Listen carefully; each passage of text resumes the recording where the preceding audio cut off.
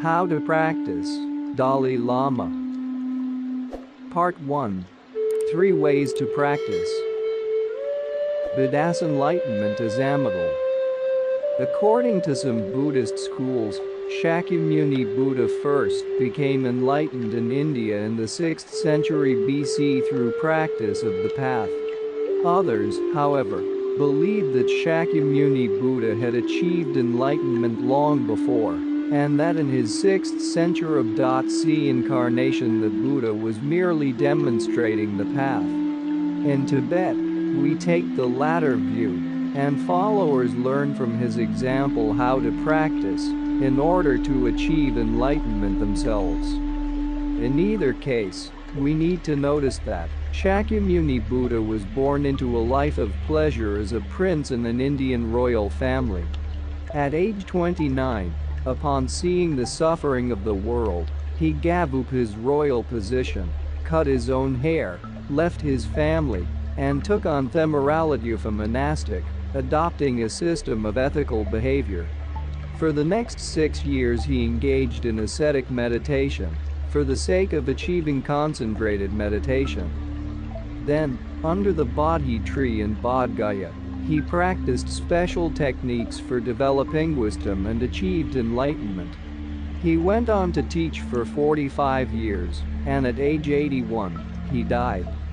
In the Buddha's life story we see the 3 stages of practice. Morality comes first, then concentrated meditation, and then wisdom. And we see that the path takes time. Gradual change developing the mind depends upon a great many internal causes and conditions, much like a space station depends on the work of generations of scientists who have analyzed and tested even its smallest components. Neither a space station nor an enlightened mind can be realized in a day. Similarly, spiritual qualities must be constructed through a great variety of ways. However, unlike the space station, which is constructed by many people working together, the mind must be developed by you alone.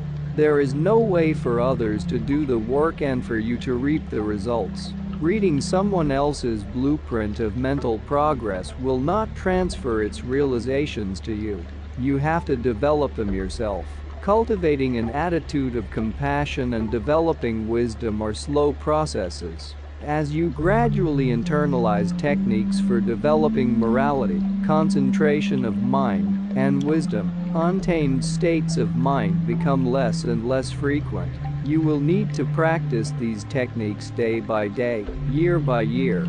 As you transform your mind, you will transform your surroundings. Others will see the benefits of your practice of tolerance and love, and will work at bringing these practices into their own lives. Theta practices. Buddha's teachings are divided into 3 collections of scriptures: the discipline of morality, the discourses on concentrated meditation, the manifest knowledge that explains the training in wisdom in each of these scriptures. The main practice is described as an extraordinary state that is created from the union of calm abiding, concentrated meditation, and special insight, wisdom. But in order to achieve such a union, first we must lay its foundation, morality. Order of practice: morality, concentrated meditation, and wisdom. This is the essential order of practice. The reasons are as follows. In order for the wisdom of special insight to remove impediments to proper understanding, and to remove faulty mental states at their very roots, we need concentrated meditation, a state of complete single-mindedness in which all internal distractions have been removed. Otherwise the mind is too fractured. Without such one-pointed concentrated meditation, wisdom has no force, just as the flame of a candle in a breeze does not give off much illumination. Therefore, concentrated meditation must precede wisdom. Single-minded meditation involves removing subtle internal distractions such as the mind's being either too relaxed or too tight.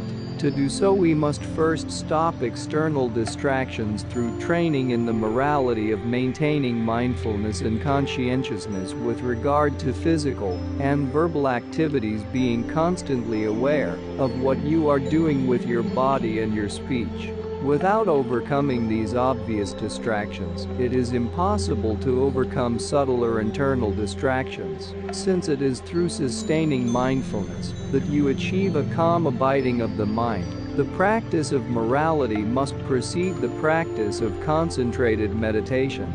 In my own experience, taking the vows of a monk called for fewer external involvements and activities, which meant that I could focus more on spiritual studies. Vows to restrain counterproductive physical and verbal activities made me mindful of my behavior and drew me to inspect what was happening in my mind.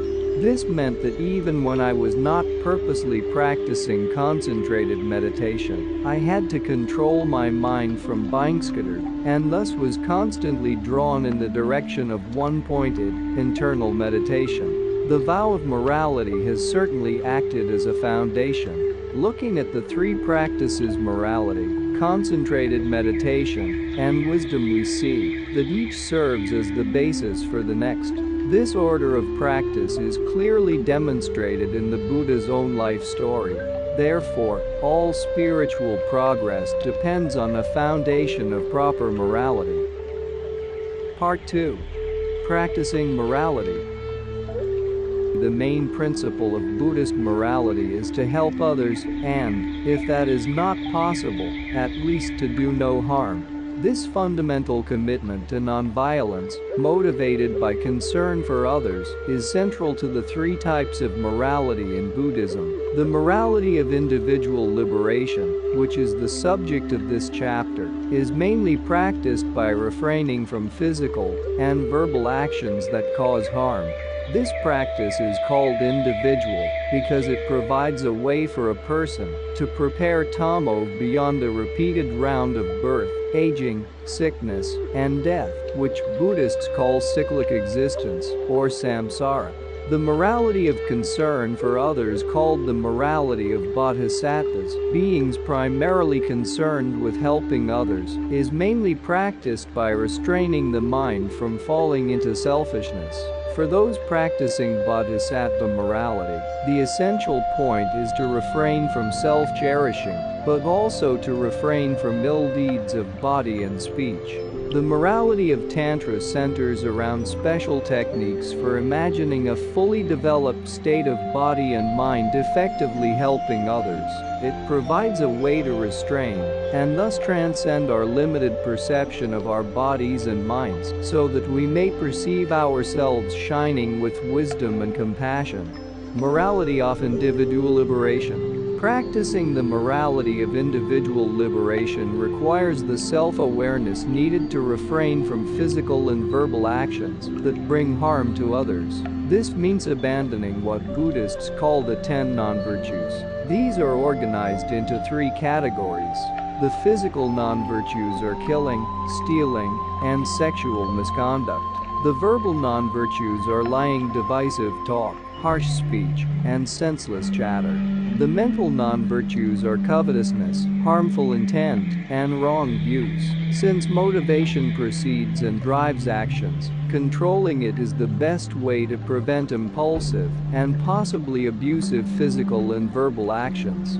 When you suddenly want something and just reach out and take it without considering the consequences, your desire is expressing itself impulsively, without benefit of reflection. In daily practice, you learn to continually examine your motivation.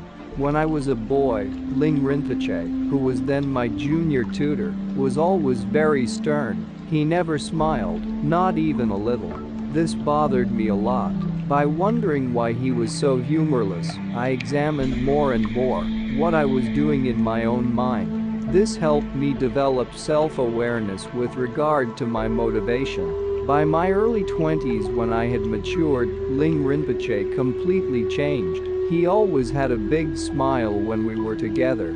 Effective practice of the morality of individual liberation depends upon sound, long-term motivation. For example, one should not become a monk or a nun to avoid having to work at a worldly job for food and clothing. Also, it is not sufficient merely to seek to avoid difficulty in this lifetime. To be motivated by such trifling purposes does not help to achieve freedom from cyclic existence, the ultimate reason to practice the morality of individual liberation.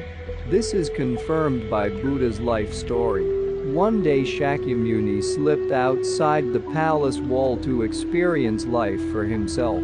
For the first time he saw a sick person, an old person, and a corpse.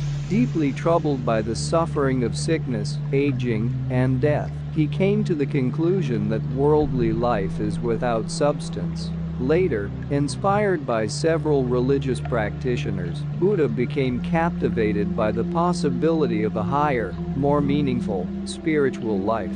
At that point he escaped from the palace, leaving his ordinary life behind to pursue that vision. What does this teach us? Like Buddha, we need to begin by becoming concerned about the suffering of cyclic existence and by turning away from temporary distractions. Influenced by this new attitude, we must take up a system of morality by renouncing cyclic existence and by taking vows of pure behavior through seeking to avoid the 10 non-virtues. In order to free ourselves from cyclic existence, we need to understand its nature. We need to know the specific types of suffering involved, discover the causes of those sufferings, see if it is possible to remove those causes, and then determine what should be practiced. Renunciation, therefore, involves at least a partial understanding of the Four Noble Truths. True suffering, true sources of suffering, true cessations of suffering and its sources, true paths for actualizing true cessations. When Buddha began teaching for the first time, he taught the Four Noble Truths in the order just given. However, this order does not reflect how these truths come into being. In temporal sequence, the second truth, the sources of suffering, precedes the first truth, suffering itself. Similarly, the fourth truth, the paths of practice, must precede attainment of the third, the cessations of suffering. However, Buddha taught the four truths in the order of practice, not in the order in which they are produced. In practice, you have to identify the extent of suffering first, to know that this type of life is beset by misery. This deepens your natural wish to be freed from pain. When you recognize suffering for what it is, as Buddha did, then you will be drawn into discovering its causes, the sources of suffering. Just as a doctor must first diagnose a disease, you must understand the root cause of suffering before you can treat it. Not until you have determined the sources of suffering can you understand that there could be a cessation to it. Also, without decisively understanding that the end of suffering is possible, you might consider practice of this path just a fruitless hardship. Then you can seek the true paths for actualizing true cessations. This is why Buddha presented the four truths in the given order of practice. I will discuss the first noble truth here, and the next three in chapter 3. The first noble truth, suffering. Suffering is like a disease we have all contracted. To find the cure, we must carefully identify the full scope of the disease, pain, change, and pervasive conditioning. 1. One level of suffering is out-and-out pain that we all recognize as such. Even animals want to overcome it. The physical and mental pains of daily life, like headaches and the anguish of separation, fall into this category. 2. What we usually experience as pleasure is mostly a diminishment of pain. If good food or drink, for example, really were just pleasurable, if they had an inner nature of pleasure, then, no matter how much we ate or drank, we would feel greater and greater happiness in equal measure. Instead, if we partake excessively, we begin to suffer in our bodies and our minds. This indicates that these experiences of pleasure have an inner nature of pain. I like to tell the story of a family that buys a new television. Compared to the old one, it is really great. and everyone watches it for days on end. But eventually they get tired of it. This indicates that the original pleasure has a nature of pain. Such states of temporary happiness are called the suffering of change. 3. In addition to ordinary pain and the suffering of change, there is a deeper level of suffering called pervasive conditioning. Mind and body operate under the influence of karma, tendencies created by previous actions, and of afflictive, or counterproductive, emotions such as lust and hatred. In ordinary life we are born from and into the pervasive influence of karma and afflictive emotions. Even neutral states of feeling are under the influence of causes and conditions beyond your control. You are stuck in a process susceptible to suffering. The human condition.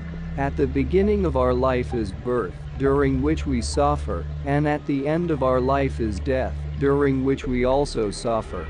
Between these two come aging and illness. No matter how wealthy you are, or how physically fit you are, you have to suffer through these circumstances. On top of this comes discontentment. You want more and more and more. This, in a sense, is real poverty, always to be hungry, hungry, hungry with no time to be satisfied.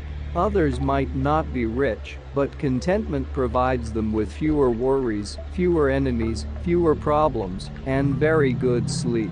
On more than one occasion, when I have visited very nice homes in rich communities, I have peeked inside the medicine chest in the bathroom and found some medications to provide energy for the day and others to induce sleep at night. Contentment might do both of these jobs better since it reduces anxiety during the day, paving the way for sleeping peacefully. In the frenzy of modern life we lose sight of the real value of humanity. People become the sum total of what they produce. Human beings act like machines whose function is to make money. This is absolutely wrong. The purpose of making money is the happiness of humankind, not the other way around. Humans are not for money, money is for humans. We need enough to live, so money is necessary, but we also need to realize that if there is too much attachment to wealth, it does not help at all. As the saints of India and Tibet tell us, the wealthier one becomes, the more suffering one endures. Even friends can bring suffering. Usually we feel that friends bring us more pleasure and happiness, but sometimes they bring more trouble. Today your friend has a nice smiling face, but in a moment the conversation can turn sour, and you start to fight, with no trace of friendship. We do gain happiness and satisfaction from our friends, but it is impermanent. It is not true happiness. In a deep sense, ordinary friendship also has a nature of pain. Look at your own body. No matter how smooth your complexion and how fine your figure, if you shed even one drop of blood, you are suddenly not so good looking. Under the skin there is raw flesh. Look deeper and you find bone. Skeletons in a museum or a hospital make most of us uncomfortable, but we are all the same underneath. Some people may be quite fat, others thin, some handsome, yet if I look at them with an X-ray machine, I see a room full of skeletons with huge eye sockets. Such is the real nature of our body. Consider the pleasure of eating. Today I had some delicious food. When I ate it, it was beautiful, but as it passed through my stomach and intestines, it changed into something not so beautiful. When eating, we avoid noticing that this is what happens, and we take pleasure, thinking, oh, now this is a very good meal. I am really pleased. But that beautiful food gradually passes through my body and finally goes into the toilet in a form nobody regards as beautiful. This stuff that people regard as very dirty actually is made in this human body. In a way, making stool is a principal function of our bodies. Eating, working, and making money are meaningless in themselves. However, even a small act of compassion grants meaning and purpose to our lives. Persistence and analyze. Think. When you do, you will recognize that our ordinary way of life is almost meaningless. Do not be discouraged. It would be very foolish to give up now. On those occasions when you feel most hopeless, you must make a powerful effort. We are so accustomed to faulty states of mind that it is difficult to change with just a little practice. Just a drop of something sweet cannot change a taste that is powerfully bitter. We must persist in the face of failure. In difficult personal circumstances, the best recourse is to try to remain as honest and sincere as possible. Otherwise, by responding harshly or selfishly, you simply make matters worse. This is especially apparent in painful family situations. You should realize that difficult present circumstances are entirely due to your own past undisciplined actions. So when you experience a difficult period, do your best to avoid behavior that will add to your burden later on.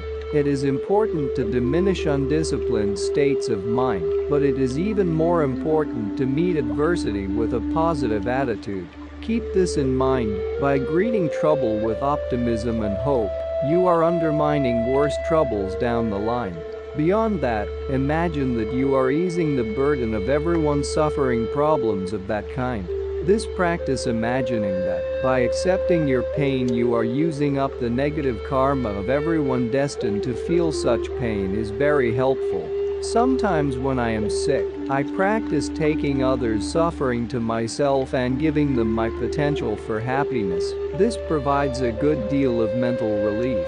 Every day in the early morning, and especially when I have the time, I do this practice in a general way with regard to all living beings. But in particular I single out Chinese leaders and those officials who must make decisions on the spot to torture or kill particular Tibetans. I visualize them and draw their ignorance, prejudice, hatred, and pride into myself.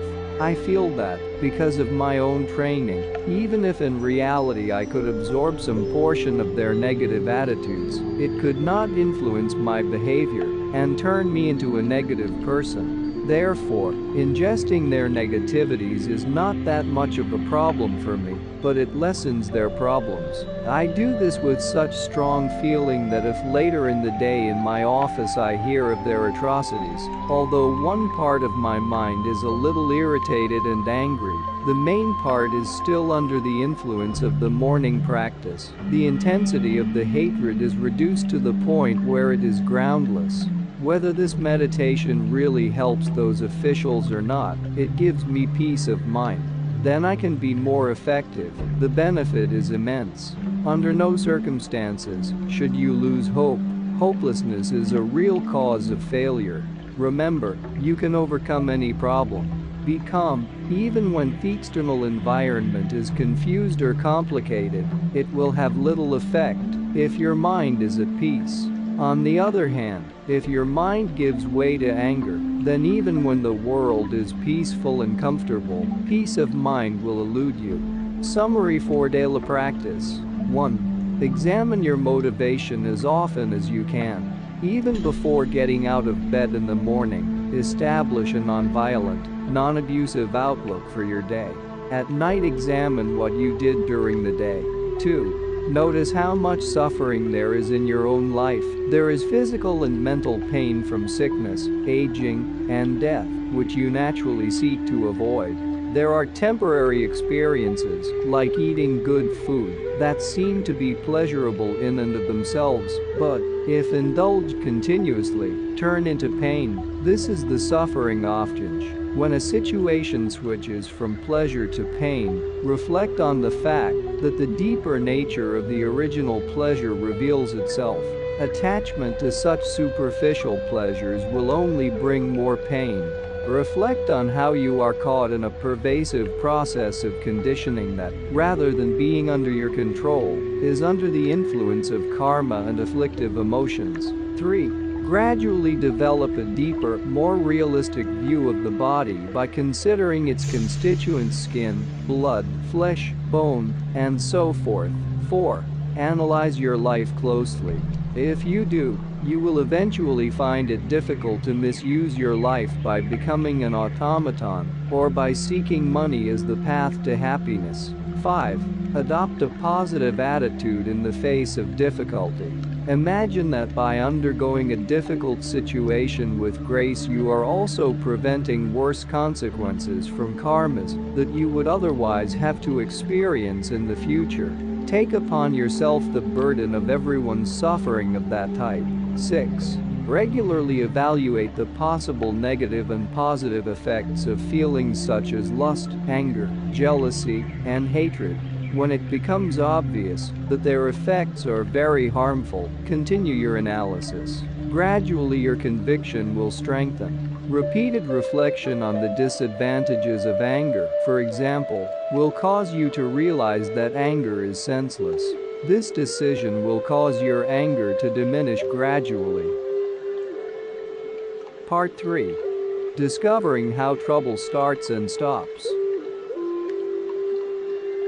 Discovering how trouble starts and stops. The second noble sources of suffering. After identifying the scope of suffering, we need to discover its sources, which are twofold: afflictive or counterproductive emotions and contaminated karmas. Afflictive emotions. Since afflictive emotions contaminate karmas or actions, I will discuss them first. There are two classes of afflictive emotions, one that is better expressed and the other that is better not expressed. An example of the former is a terrible fear from the past that becomes fixed in the mind. In this case, it is definitely beneficial to let your feelings out and discuss the incident. When I was around 14 years old during the summer at the Norgalinka Palace, the regent, who at that time was my senior tutor, scolded me after a teaching that he gave annually. With a harsh demeanor, he said, "Even if your realization is equal to a god's, your behavior still has to conform to a human being's." I was hurt because I felt that I was already acting as an ordinary student listening to him, even though I was the Dalai Lama, ranking above him. I was irritated and remained uncomfortable for the next few months. Then the Chinese communists invaded eastern Tibet in 1950, and I had to escape from Lhasa to Tromo in southwestern Tibet near the Indian border. In time, officials in Lhasa advised me that the situation looked workable and that I should return. While on the way back to Lhasa, we spent several days at the regent's monastery, Tulungdra. One day he asked during a casual chat whether because of his attitude I ever had become upset. I mentioned what had happened, somewhat vaguely, without much detail. What a relief this was. We went on to have a pleasant stay at the monastery.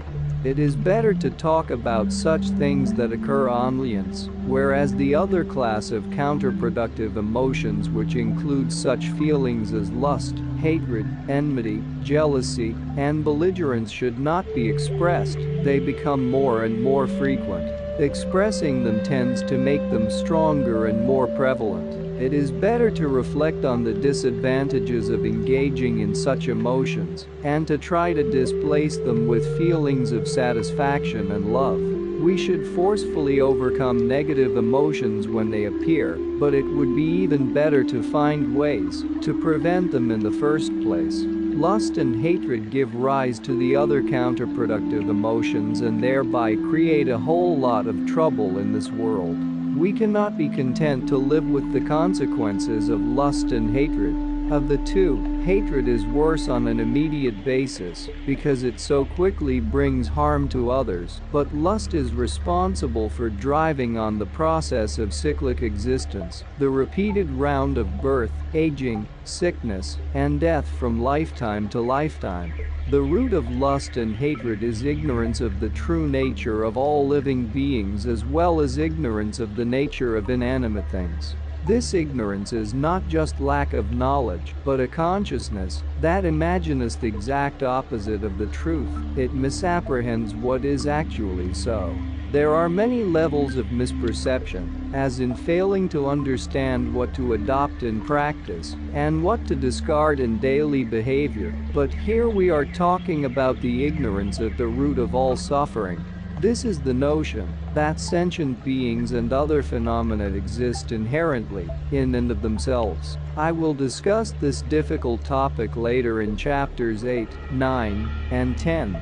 Contaminated karmas. All pleasure and pain depend on karmas, or former actions that have created predispositions in the mind. Karmas can be divided into virtuous and non-virtuous, according to whether they produce pleasure or pain in the long run. For instance, if the effect of an action is to establish a new human life, then that action is virtuous, because its long-term effect is a good transmigration. Conversely, if the effect of an action is to cause your rebirth as a hungry ghost, then that action is non-virtuous, because its long-term effect is a bad transmigration.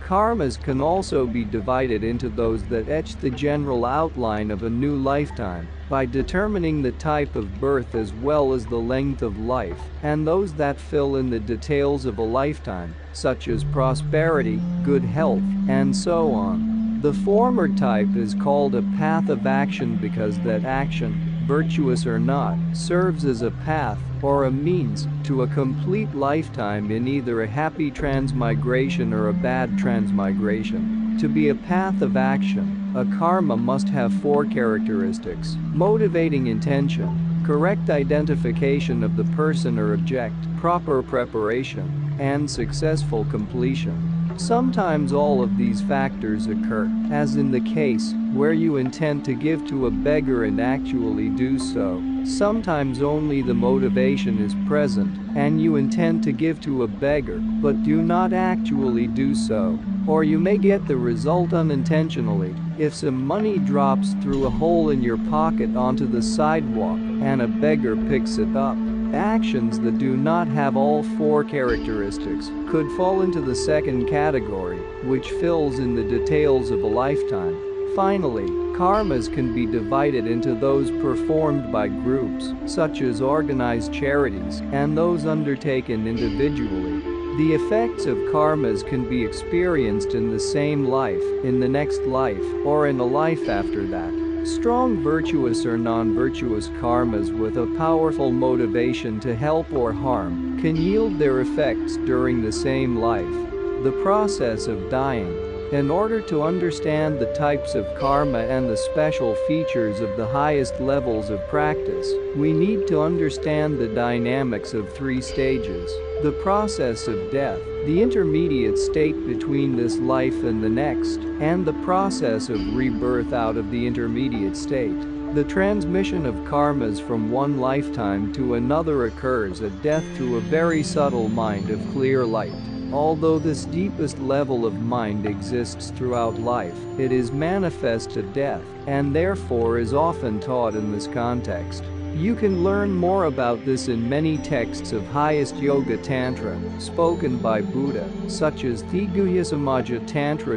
These texts describe the many different categories of mind or consciousness, ranging from gross to subtle.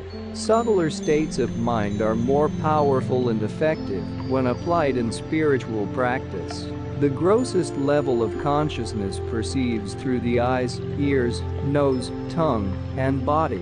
More subtle is mental consciousness, which itself ranges from gross levels, such as ordinary thought, to deep sleep and fainting when the breath has stopped, to the innermost subtle mind of clear light. Except in extraordinary meditative states, the subtlest or deepest consciousness manifests itself only when we are dying. Less withdrawn and therefore brief versions of the subtle levels of consciousness also occur when going to sleep, ending a dream, sneezing, yawning, and during orgasm. I will discuss the last of these in chapter 11. The process of dying involves a serial cessation, or dissolution, of the 4 internal elements. Earth, the hard substances of the body, water, fluids, fire, heat, and wind, energy, movement.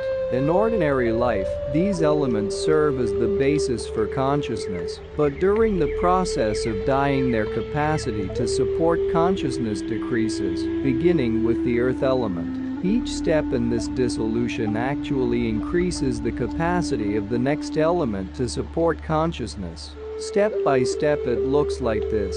1. When the earth element, or hard substances of your body, dissolves into the water element, the external indication is that your body becomes thinner. Internally, you see what appears to be a mirage scene in a desert. 2. When the water element of your body dissolves into the fire element, the external signs are that the fluids in your body dry, your mouth dries, your nose puckers, and so forth. Internally, you see what has been described as puffs of smoke from a chimney or smoke floating throughout a room. 3. When the fire element of your body dissolves into the wind, or air, element, the external indication is that the heat in your body diminishes. Internally, you see what look like fireflies at night or like scattering sparks. Heat withdraws from the body in different ways, from the feet upward to the heart or from the top of the head down. The former is preferable because it indicates that the mind will exit the body either upward or straight forward, not downward, and thus will most likely lead to a favorable next lifetime. This is caused by virtuous karma. 4. Next, the wind, or movement of energy in your body, dissolves into consciousness, and your outer breath ceases. At this time you see an appearance like the light above a flickering candle flame, when the fuel has almost been used up. Some doctors would consider a person in this state to be dead, but from the Buddhist point of view, the cessation of the outer breath does not mean that consciousness has left the body. The flickering light is followed by the appearance of a steady flame. The final 4 phases of dying involve the dissolution of grosser levels of consciousness into subtler. This happens when the winds, or inner energies, that serve as the mounts of consciousness dissolve. Think of consciousness as mounted on energy like a rider on a horse. In preparation for the next phase, the energies that served as the mounts of the many types of conceptual consciousnesses dissolve, shifting the basis of consciousness from grosser to subtler levels of energy. These naturally occur in 4 phases. 5. Your mind itself turns into an omnipresent, huge, vivid white vastness. It is described as a clear sky filled with moonlight, not the moon shining in empty space, but that space filled with white light. Conceptual thought has vanished, and nothing appears except this vivid whiteness, which is your consciousness. However, a subtle sense of subject and object remains, so the state is slightly dualistic. 6.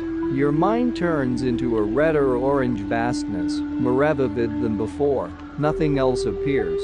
It is like a clear sky filled with sunlight, not the sun shining in the sky but space itself, filled with redder orange light. In this state the mind is even less dualistic. 7. Your mind itself turns into a still more subtle, vividly black state. Nothing else appears. This is called near attainment because you are close to manifesting the mind of clear light.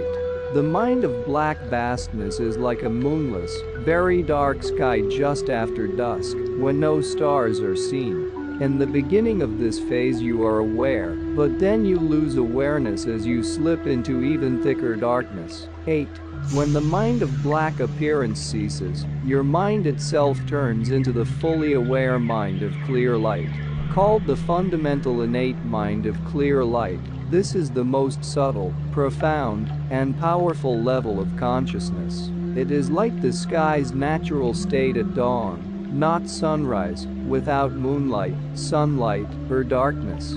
The passage through to the mind of clear light can be fast or slow. Some people remain in the final stage, the mind of clear light of death, for only several minutes. Others stay for as long as a week or 2. Since the mind of clear light is so powerful, it is valuable to practice. So many Tibetan practitioners rehearse these stages of dying on a daily basis. I myself practice them 6 times daily by imagining the 8 levels of mind one by one, without, of course, the physical changes in the first 4 stages.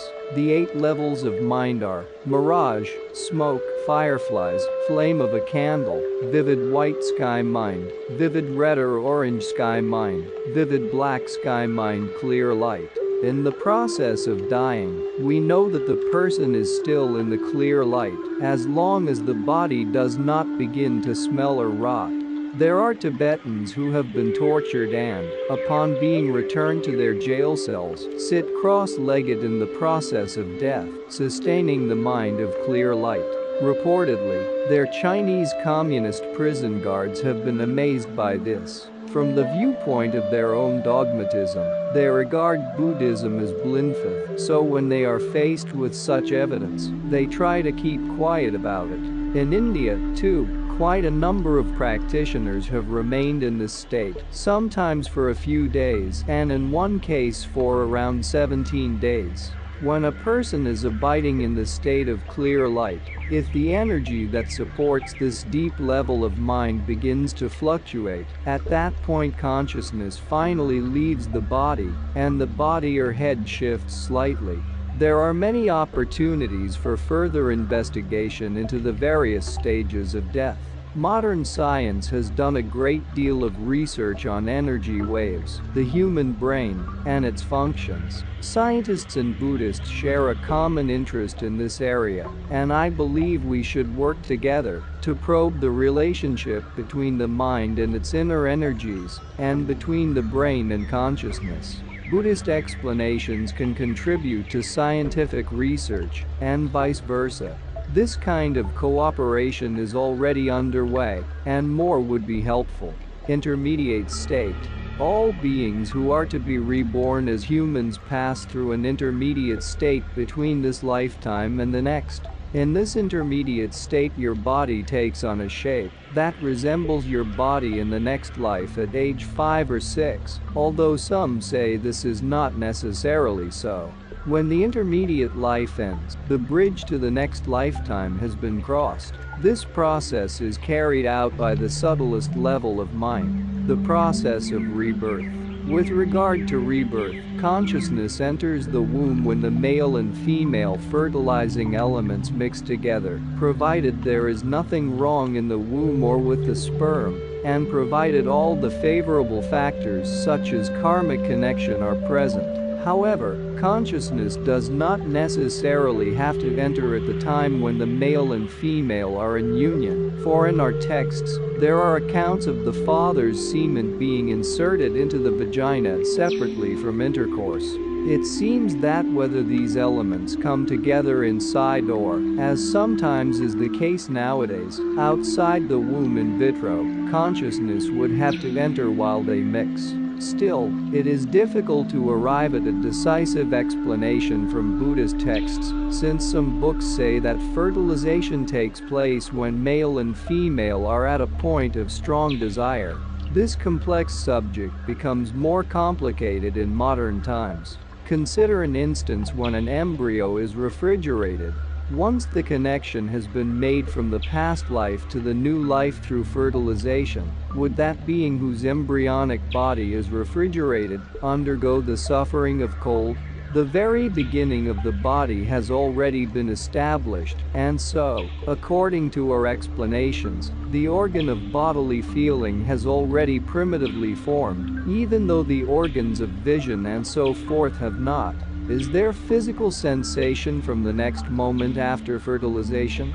I have not come to a decision on these points. They are topics for much discussion.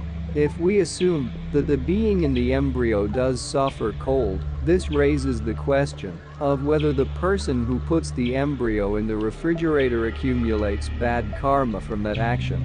This would depend on the person's motivation. We cannot say that just because another being undergoes suffering due to something that is somehow involved with you, you would accumulate bad karma.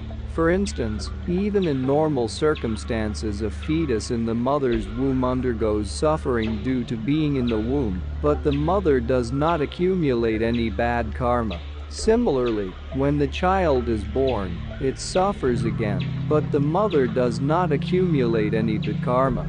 If she did, a mother who gave birth to many children would have accumulated a great deal of bad karma, which is absurd. Therefore, a person's motivation is the key to determine what type of karma accumulates. Tethard noblitrith true cessations. Since defilements of the mind such as lust, hatred, jealousy, and belligerence are based on a fundamental misconception of the nature of persons and objects, the process of overcoming them requires a solution to that ignorance. The question becomes how to uproot the ignorance that is the cause of suffering. It cannot be pulled out like a thorn or removed through surgery.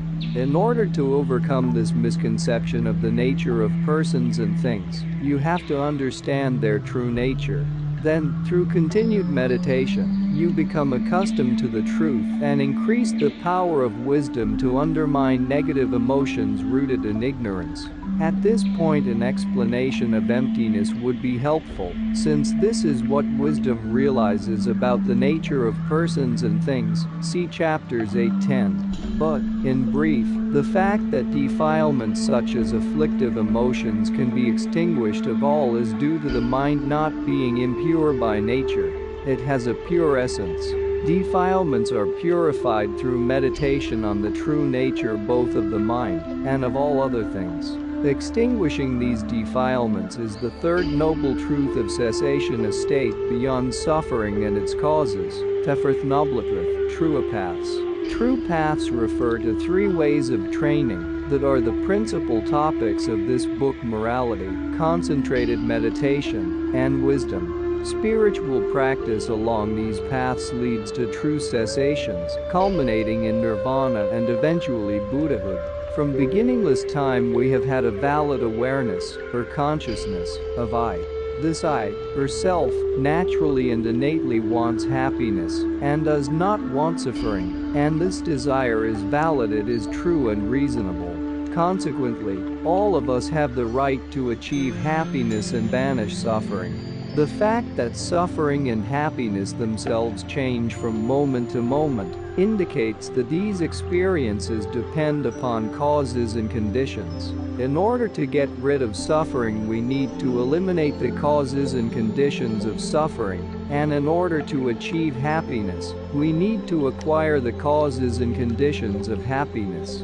The first two noble truths apply to the impure phenomena which we want to get rid of: true sufferings, which are the effects, and true sources, which are the causes. The final two noble truths are pure states which we want to attain: true cessations, which are the effects, and true paths, which are the causes. The way Buddha taught the Four Noble Truths, they contain two sequences: one of suffering, which we seek to abandon, and one of happiness, which we seek to adopt. Summary for daily practice. Having recognized the scope of suffering, research its causes or sources, and identify that the source of suffering is ignorance of the true nature of persons and things, which results in lust, hatred, and so forth. Realize that suffering can be removed, it can be extinguished into the sphere of reality. Reflect that this true cessation is attained through the practice of morality, concentrated meditation, and wisdom, the true paths. Part 4. Refraining from harm. Buddhists take a vow of morality in the context of first taking refuge in Buddha, in the states of realization, and in the spiritual community. Refuge is the foundation for the practice of morality. Buddha teaches us how to find refuge from suffering and limitation, but the chief refuge, or source of protection, is found in the states of realization achieved through practicing morality, concentrated meditation, and wisdom. Buddhist scriptures recommend that you hide your good qualities and achievements like a lamp inside a vessel. You should not advertise them unless there is great purpose in doing so. It is considered a minor infraction of a monastic's vow if he or she achieves the state of liberation and says to someone else, "I have attained liberation." This being the case, it is difficult to determine what stage of inner experience another person has achieved. I have had the opportunity to meet several people who have attained extraordinary spiritual development. There was a not very scholarly monk from my Namgyal monastery who came out of Tibet to India around 1980. Since we knew each other, we were casually chatting one day. He told me that, while he was in a Chinese communist gulag for almost 18 years, he faced danger on a few occasions. I thought he was referring to a threat to his own life. But when I asked, what danger, he answered, losing compassion toward the Chinese. He considered this to be the danger. Most of us would feel proud to tell others about how angry we got, as if we were some kind of hero. A Lama from the Drukpa Kagyu tradition and I were very close. We met frequently and always used to joke, teasing each other back and forth. On one occasion I asked him about his spiritual experience. He told me that when he was young, he was staying with his Lama who had him perform the preliminary practice of making 100,000 prostrations to the Buddha, the doctrine, and the spiritual community. Early in the morning and late in the evening, he had to make prostrations on a low platform the length of his body. His Lama was meditating in the dark in the next room, so to trick him into thinking he was making prostrations, he would tap with his knuckles on the prostration platform. Years later, after his Lama passed away, he was taking a meditation retreat in a cave, during which he recalled his Lama's great kindness over years of training him, and he wept and wept. He almost fainted, but then experienced the clear light, which he continuously practiced. Subsequently, after successful meditations, he occasionally would remember past lives in vivid reflections before him. These first-hand stories have inspired me. There are definitely practitioners today moving in the direction of Buddhahood. Meeting these people increases our inspiration and determination, and through them the teaching becomes alive.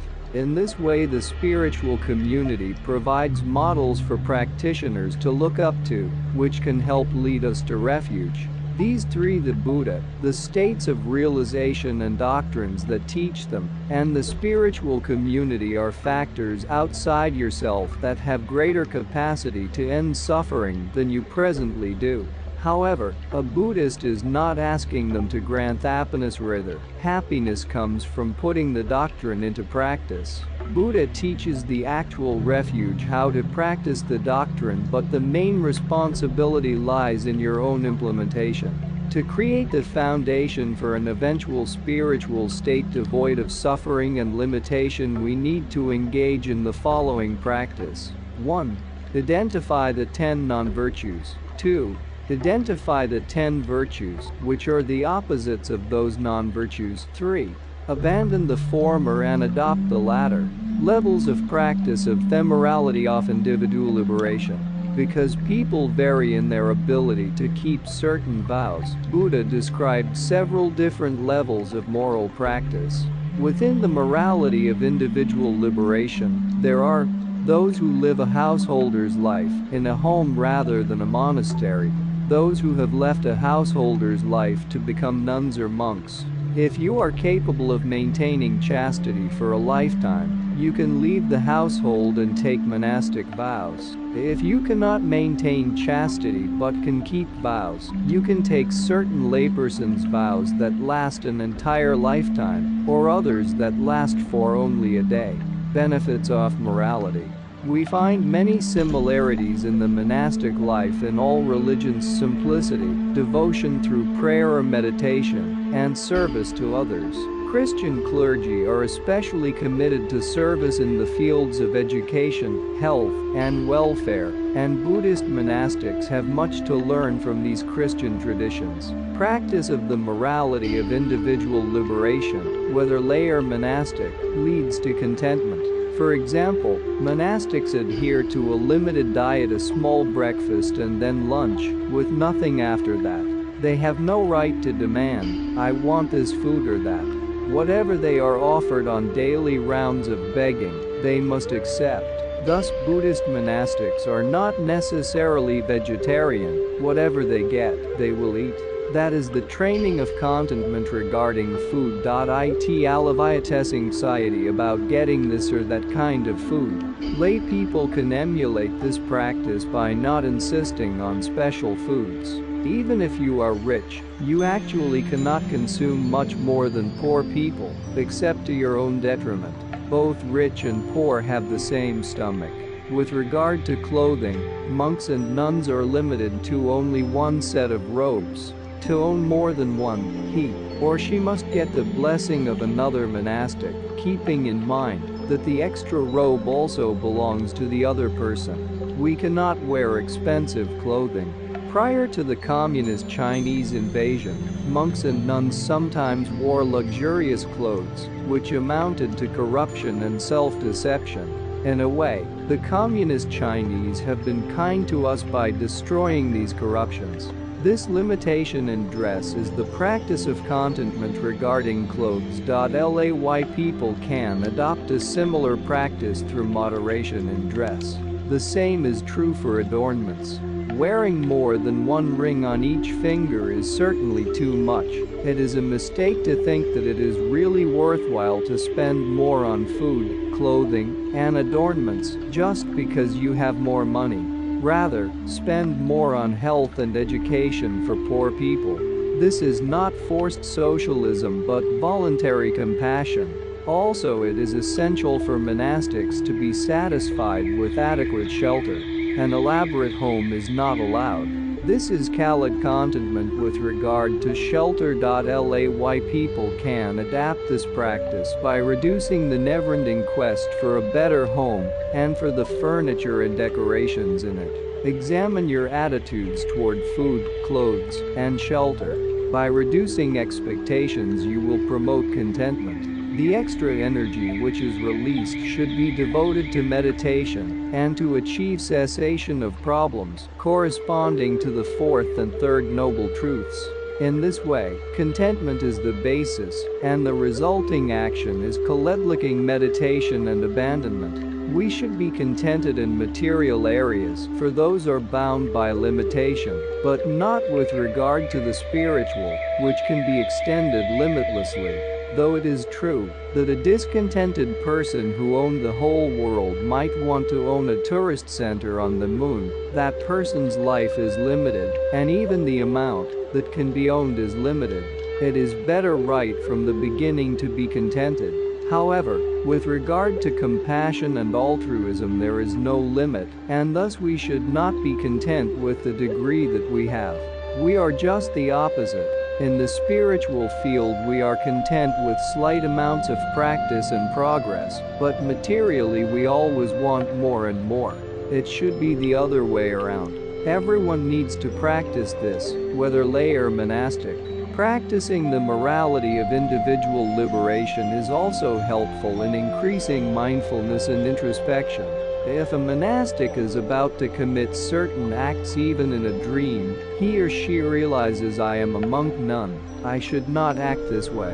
Mindfulness comes from a highly developed awareness of your physical and verbal actions, which carries over into dream time. If you pay close attention to your conduct when eating, coming and going, sitting and standing, and so forth, then a strong condition of mindfulness will take hold. The practice of the morality of individual liberation also fosters tolerance and patience. Buddha said that patience is the highest form of asceticism, and through it one can reach nirvana. For monks and nuns, there are 4 qualities of patience and tolerance to maintain.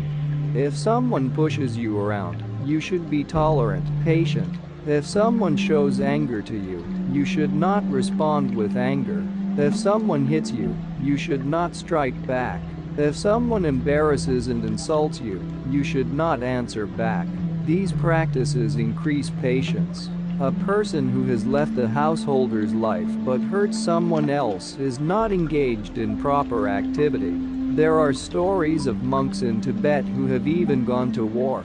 They threw themselves into battle despite Buddha's repeated teaching that to harm anyone else is certainly not virtuous for a monk or nun. Spiritual practice is not about externals, food, clothes, or the like. Spiritual practice takes place in our hearts and our minds. True change is within. Leave the outside as it is. If your behavior truly reflects an improved mind and heart, that is fine. However, if you are just making a show of your spiritual accomplishments in order to get money, for example, that is hypocrisy. Practicing Buddhism means transforming your attitude. Monastic practices can be incorporated into a layperson's life through a strong, conscious wish to refrain from harming others, physically or verbally. This requires patience that will withstand physical and verbal attack. A gradual approach is far better than trying to jump too high too soon, otherwise, there is great risk and danger. For the time being, contribute to society and practice the teachings. Once you reach a certain stage of experience, you can practice with greater force. If you become a monastic, these practices fit together step by step. Usually my advice for beginners is to be patient, have fewer expectations of yourself. It is most important to be an honest citizen, a good member of the human community. Whether or not you understand profound ideas, it is important to be a good person, wherever you are right now.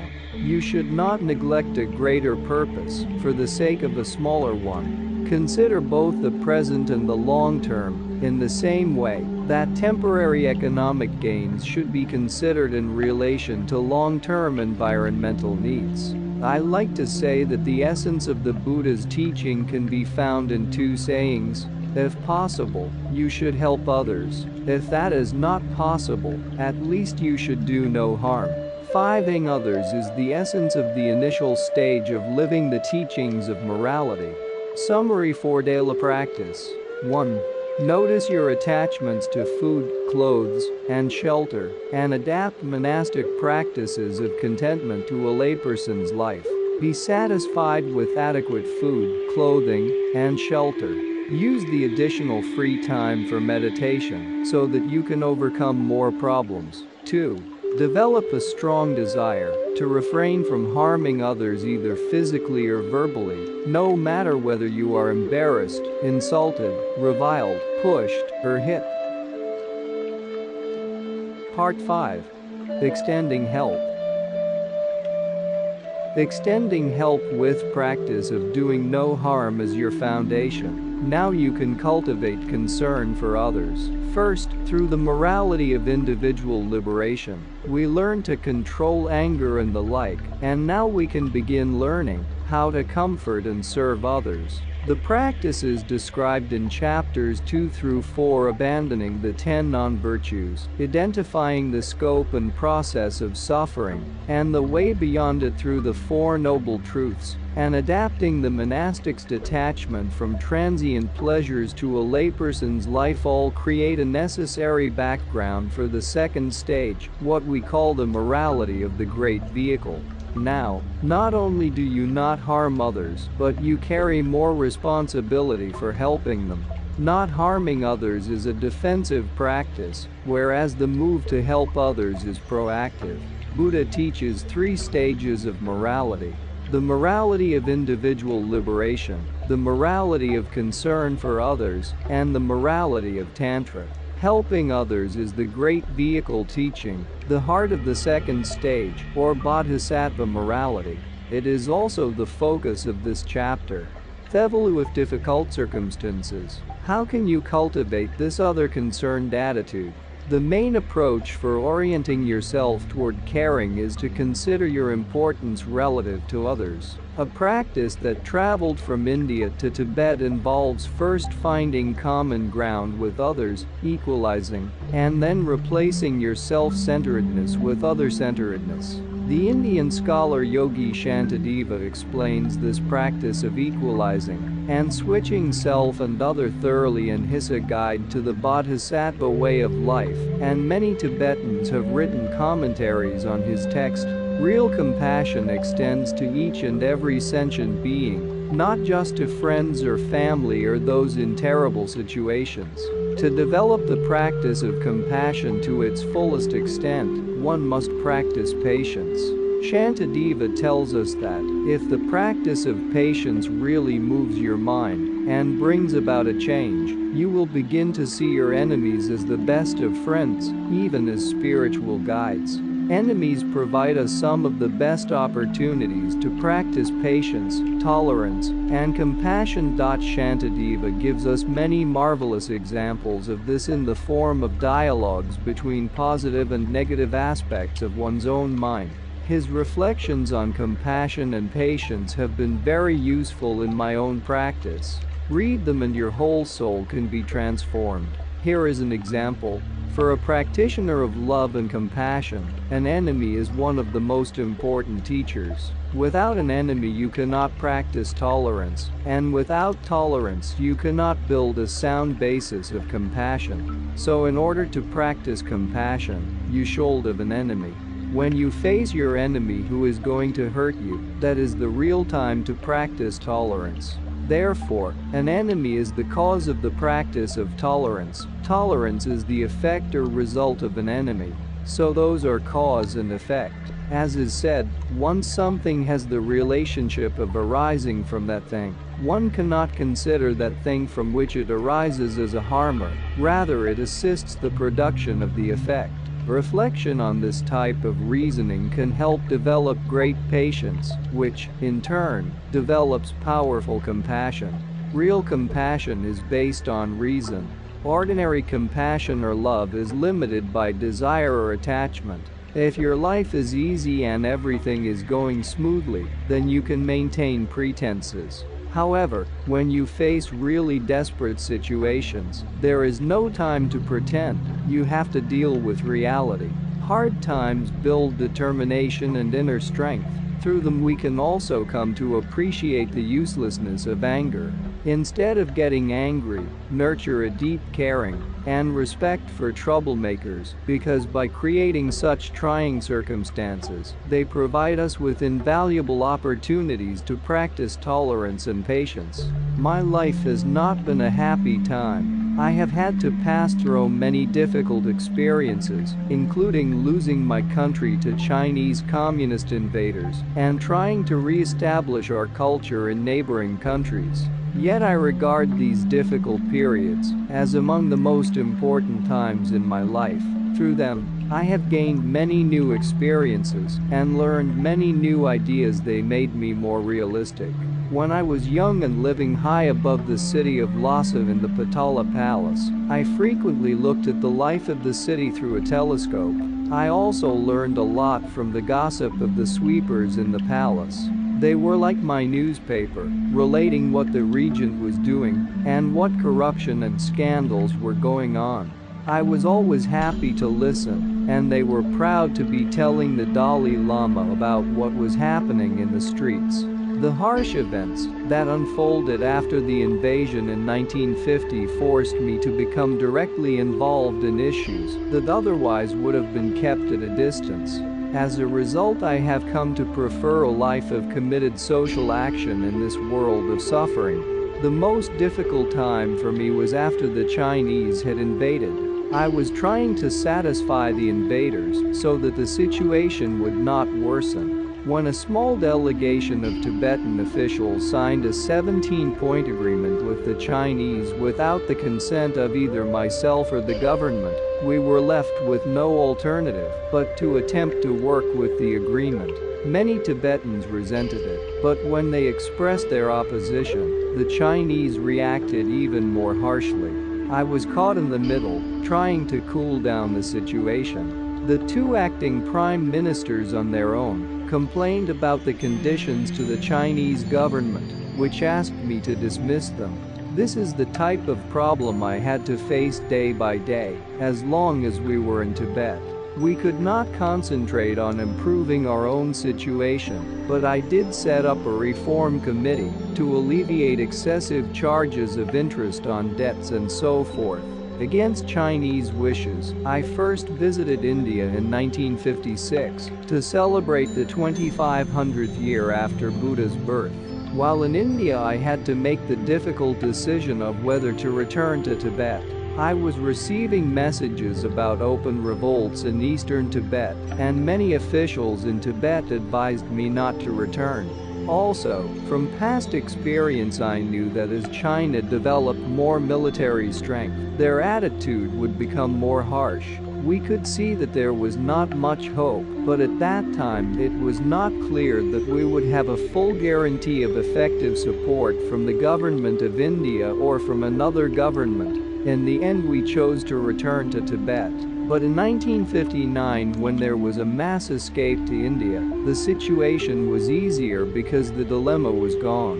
We could put all of our energy and time into building a healthy community with modern education for the youth, and at the same time try to preserve our traditional ways of studying and practicing Buddhism. We were now working in an atmosphere of freedom without fear. My own practice has benefited from a life of great turbulence and trouble. You too can come to see the hardships you endure as deepening your practice. Equalizing and switching Sulfandadar. As Shantideva explains this practice, first you realize that each and every other sentient being wants happiness and does not want suffering, just like you. In this fundamental way, you and they are equal. Then, when you consider that you are only a single person measured against an infinite number of other sentient beings, you realize that it would be completely ridiculous either to neglect the welfare of others or to use them for the sake of your own pleasure. It would be far more reasonable to dedicate yourself to their service. When you consider the situation this way, it becomes very clear. No matter how important you may be, you are only a single person. You have the same right to be happy as everyone else, but the difference is that you are one, and they are many. To lose the happiness of a single person is important, but not so important as losing the happiness of many other beings.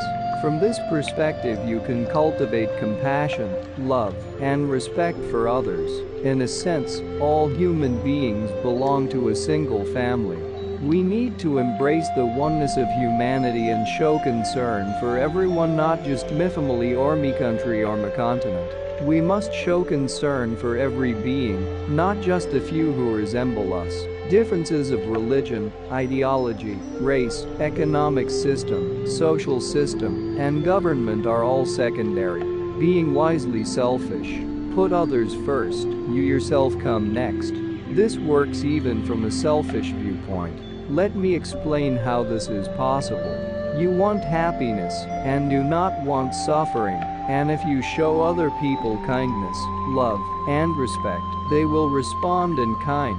This way your happiness will increase. If you show other people anger and hatred, they will show you the same, and you will lose your own happiness. So I say, if you are selfish, you should be selfish. Ordinary selfishness focuses only on your own needs, but if you are wisely selfish, you will treat others just as well as you treat those close to you.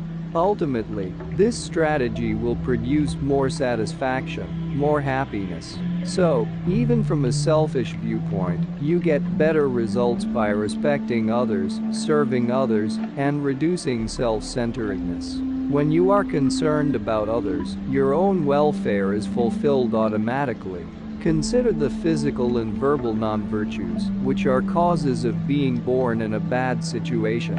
Someone with a small outlook avoids killing, for example, out of a motivation to not accumulate a bad karma imprinted in his or her own mind. Someone with a little broader perspective avoids killing by thinking that it will prevent rebirth in a good life, where practice in order to leave the entire round of cyclic existence could be continued. However, altruistic people consider others' lives to be as important as their own and avoid murder out of wanting to protect another person's life. This cherishing of others makes a huge difference in the strength of the motivation to refrain from killing.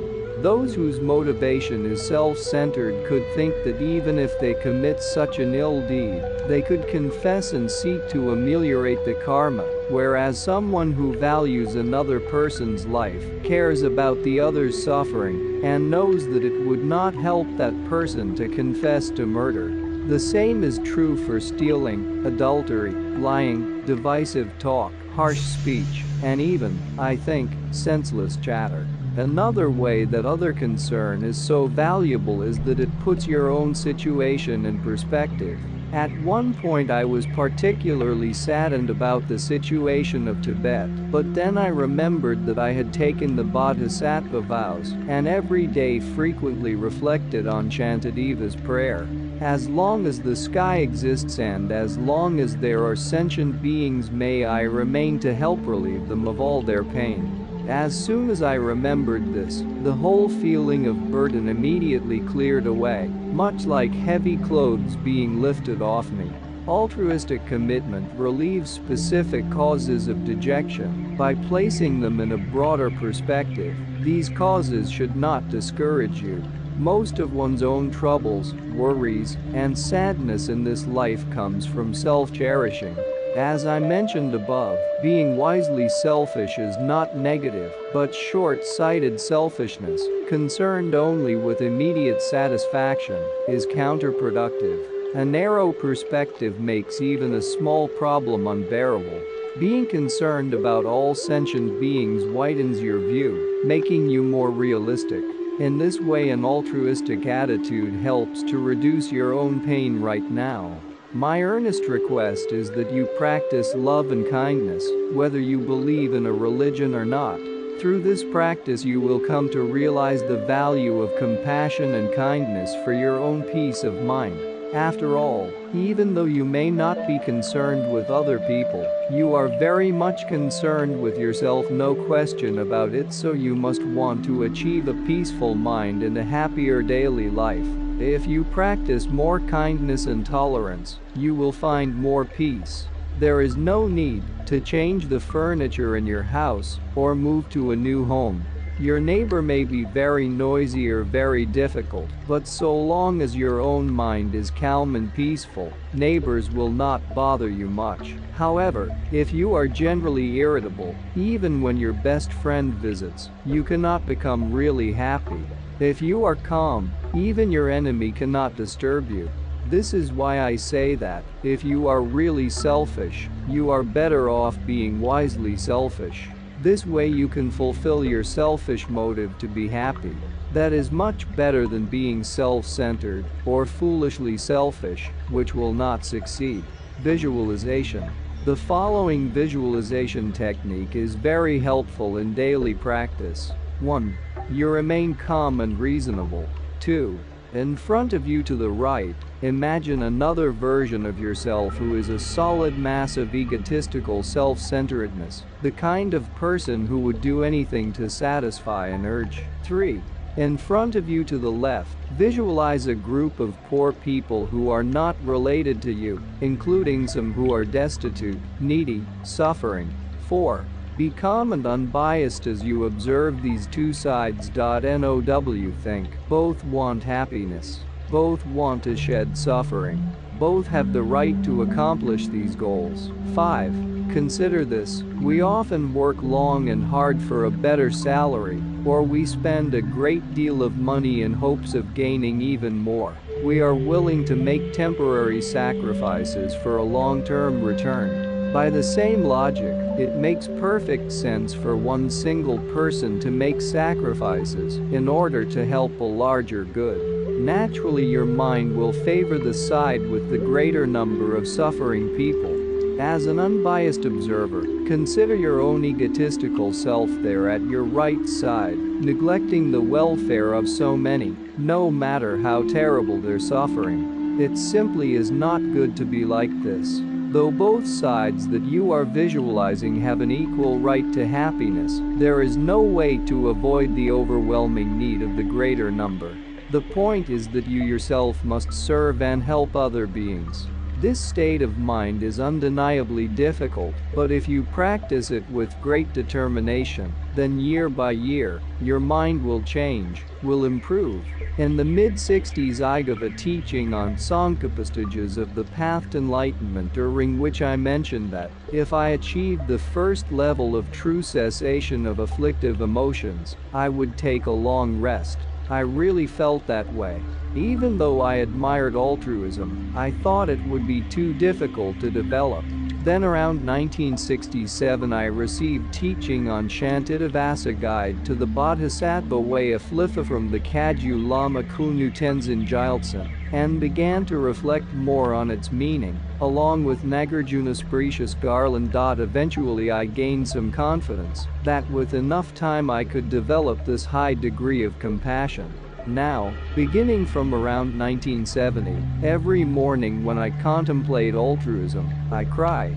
This is how transformation takes place. I do not claim to have developed a high degree of altruism, but I am confident that I can.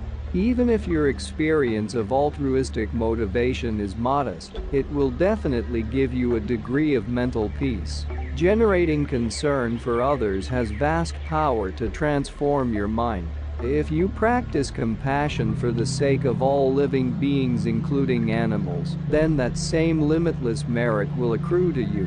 Realizing your responsibility even if you cannot, for the time being, rise to the level of cherishing others more than yourself, at least you can begin to see that it is not right to neglect others. We have a human body and the power of human judgment, but if we use these only for our own self-centered ends, and not for the sake of others, we are no better than animals. In fact, ants, to cite just one example, work unselfishly for the community.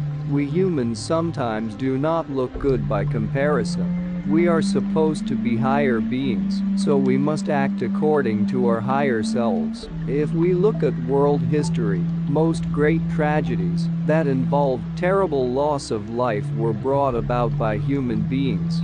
Humans make the mess. Today millions of people live in constant fear of racial, ethnic, and economic conflict. Who is responsible for this fear? Not animals. The consequences of war include the deaths of many animals, but this does not bother us. We are solely concerned with ourselves. There is much talk about stopping war, but we must go beyond wishful thinking. What is our human value when we live with no show of compassion, no show of concern, just killing and eating animals, and fighting and killing the sense of people? It is our responsibility to clean up the mess. Nowadays, one of the best ways to communicate is through television. People who work in television and wish to practice this noble idea of caring for others could make a substantial contribution. Although stories of lust and murder provide exciting entertainment, they have negative influences deep in the mind. We do not need this kind of entertainment all the time, although this is probably none of my business. We must educate our young children in the practice of compassion. Teachers and parents can instill in children real, warm-hearted human values to tremendous benefit. I noticed in a newspaper that a toy company which usually makes toy rifles and so forth deliberately stopped producing violent toys at Christmas. What a wonderful idea. What an other-centered act. Deciding to achieve enlightenment. Once you get to the point of deeply wanting to do whatever is possible to relieve suffering and uproot its causes, and to help all beings achieve happiness, and its causes reflect on how this could be brought about. It can only happen if other people also come to understand how this works and then implement those practices. Therefore, your commitment to the highest welfare of other beings can best be supported by teaching them how to practice and what behavior to forsake, so that they themselves can have the power to attain happiness and avoid suffering. There is no other way. For this to happen, you yourself must know their inner dispositions and interests, as well as what to teach them. Thus, for the sake of helping others, you should be fully prepared. What is that preparation? You have to remove all obstacles in your own mind to knowing everything that can be known. What compassionate practitioners called bodhisattvas really want is not just to overcome the obstructions which prevent their own liberation. They want to clear the way to omniscience so that they can gain access to other people's dispositions and discern which techniques will help them. If it were simply a matter of choice, the bodhisattvas would choose to remove the obstructions to omniscience first. However, the afflictive emotions, keeping us trapped in cyclic existence, establish the obstructions to omniscience, which are predispositions in the mind causing phenomena to appear as if they are inherently existent. Without first overcoming the chief afflictive emotion, the ignorance that believes in inherent existence, you cannot overcome the predispositions deposited in the mind by that ignorance. Through purification of the afflictive obstructions as well as the predispositions established by them, you can transform your own consciousness into the omniscient consciousness of a Buddha, full enlightenment. To sum up, to bring about the complete happiness of others, it is necessary to become enlightened yourself. When you understand this and resolve to seek enlightenment for their sake, this is called the altruistic intention toward enlightenment, or bodhicitta. By following Shantideva's practice of seeing self and others as equally striving for happiness, and then switching the emphasis on your own aims over to those of infinite others, you can generate the power of bodhicitta within you. There are 3 different styles of altruistic attitude found in 3 types of people. The first type is like a monarch, desiring to achieve Buddhahood first, as the most effective way to help other beings. The second is like a boatman, desiring to arrive at the other shore of enlightenment together with all other beings. The third is like a shepherd, desiring that all others should achieve Buddhahood first, before his or her own enlightenment. The last 2 analogies only indicate the compassionate attitude of certain types of practitioners. In actuality, there is no case like the boatman, of everyone attaining enlightenment simultaneously, nor like the shepherd, prior to oneself. Rather, enlightenment always comes in the first way, like a monarch, since bodhisattvas eventually decide to become enlightened as fast as possible, so that they can more effectively help others on a vast scale. As the Tibetan sage Sakya Pandita says in his differentiation of the 3 vows, bodhisattvas have 2 kinds of prayer wishes, those that can be accomplished and those that cannot. In Shantideva's Guide to the Bodhisattva Way of Life, there are many examples of wishes that cannot actually be achieved, but are there for the sake of developing strong will and determination. For example, the practice of giving away your own happiness and taking the suffering of others upon yourself is not literally possible, except perhaps for minor forms of suffering. Just as this practice, though unrealistic, is intended to increase the courage of compassion, the analogies of the boatman and shepherd serve to indicate how powerfully bodhisattvas wish to help others. Let me give an example of this dedication that has been brought to the level of profound experience. There was a scholarly practitioner from the Drashakil monastery in the northeastern province of Tibet called Amdo. In 1950, when the Chinese communists invaded and arrested 1,000 out of the 3,000 monks at the monastery, 100 of them were marked to be killed. He was one of them, taken to execution grounds, and just before being shot, he prayed, "May all the ill deeds, obstructions, and sufferings of beings be transferred to me, without exception, at this moment, and my happiness and merit be sent to others. May all creatures be imbued with happiness." Just a few moments before being killed, he had the spiritual presence to remember the practice of taking on others' pain and giving away his own happiness. It is easy to talk about such practice when things are going well, but he was able to implement it at the hardest of times. This is a clear indication of spiritual attainment acquired from long practice. As Shantidevasa Guide to the Bodhisattva Way of Life says, if a blind person finds a jewel in a pile of garbage, she would cherish it dearly. If, in the midst of the garbage of lust, hatred, and ignorance, emotions that afflict our own minds and our world, we generate a compassionate attitude, we should cherish this like a jewel. This precious discovery can give us happiness and real tranquility. Alternatives such as taking a vacation or drugs only bring temporary relief. A disciplined attitude of true other concern, in which you cherish others more than yourself, is helpful both to you and to others. It does no harm to anyone, temporarily or in the long run. Compassion is a priceless jewel. Care about others of all times. If you cannot help others, do no harm. This is the essential meaning of the practice of morality. Summary for daily practice. On a daily basis, perform the visualization in 5 steps described earlier. 1. Remain calm and reasonable. 2. In front of you to the right, imagine another version of yourself, egotistical and self-centered. 3. In front of you to the left, imagine a group of poor people, suffering beings who are unrelated to you, neither friend nor enemy. 4. Observe these 2 sides from your calm vantage point. Now think, both want happiness. Both want to get rid of suffering. Both have the right to accomplish these goals. 5.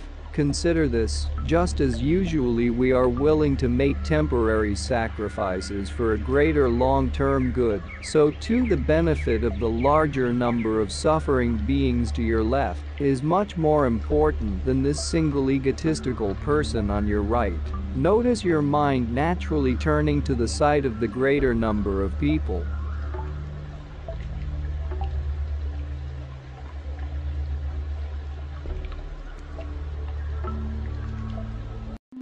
Part 6. Aspiring to Enlightenment.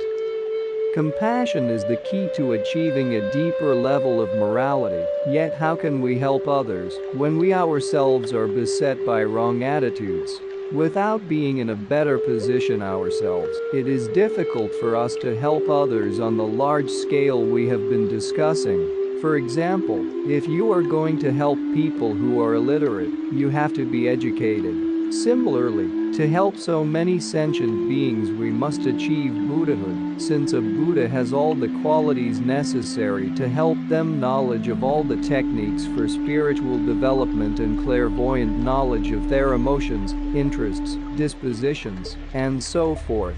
When you are moved through the practice of compassion to feel concern for others, it is time for new values to take root. We prepare the ground of our mind for these new values by engaging in the ritual for aspiring to enlightenment. You are already equipped with the basic qualities needed to attain complete enlightenment, the luminous and cognitive nature of your mind.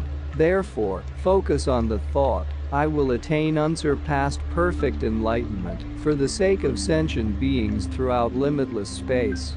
Nurture this intention until it is strong. The ritual for aspiring to altruistic enlightenment is very helpful in this process. 7 meritorious practices. This ritual, which should become part of your daily meditation, begins with 7 steps followed by a special offering. These practices increase your force of merit, which in turn leads you more surely to transformation. Through these forms of devotion you will intensify your commitment to compassion. As you see below, they all involve paying devotion to those special beings who teach compassion. 1. Imagine Shakyamuni Buddha surrounded by innumerable bodhisattvas filling the sky in front of you, and pay homage with your body, speech, and mind. Put your palms together and feel intensely that you are respectfully taking refuge in the Buddhas and Bodhisattvas. Say out loud, "Homage to Shakyamuni Buddha and the Bodhisattvas." 2. Spread out offerings, such as fruit or incense. Imagine everything that might be suitable to be offered, whether you own it or not, including your body, your resources, and your own virtue. Then imagine offering these in their entirety to the Buddhas and Bodhisattvas. 3. We have all been responsible for countless ill deeds of body, speech, and mind motivated by the desire to do harm. In the spirit of full disclosure, develop a sense of regret for having done them, as if through those actions you had eaten poison. Generate 2. An intention to abstain from these actions in the future, as if toto otherwise might cost you your life. Think, from the bottom of my heart, I disclose to the Buddhas and Bodhisattvas the ill deeds that I have done. The main way to purify bad deeds is through regret. The greater your regret, the stronger your intention not to repeat them in the future. 4. From the depths of your heart admire your own virtuous actions and those of others. Take joy in the good things you have done in this lifetime. Focus on specific good deeds such as giving to a charity. The fact that you have a human body in this lifetime and the opportunity to practice altruism is evidence of virtuous actions in past lives. So take joy in those virtues too, and think to yourself, I really did something good. Also take joy in the virtues of others, whether you have seen them firsthand or not. Take joy in the innumerable virtues of the Buddhas and Bodhisattvas over limitless time. By delighting in your own virtues and those of others, you will keep from regretting your own virtuous deeds, wishing you had not given to a charity because it caused your bank account to dwindle, for example, and you will also avoid becoming jealous of the good deeds of others or competitive with them. 5. Ask the Buddhas who have become completely enlightened but have not yet engaged in teaching spiritual doctrine to do so on behalf of all who suffer. 6. Pray to the Buddhas not to pass away. This is a specific request for Buddhas who have taught and are nearing the time to pass away. 7. Rather than directing your practice of the previous steps toward temporary happiness and comfort in this lifetime or the next, or to merely becoming liberated from cyclic existence, dedicated toward attaining highest enlightenment, think, may these acts help me attain full and perfect enlightenment for the sake of all sentient beings.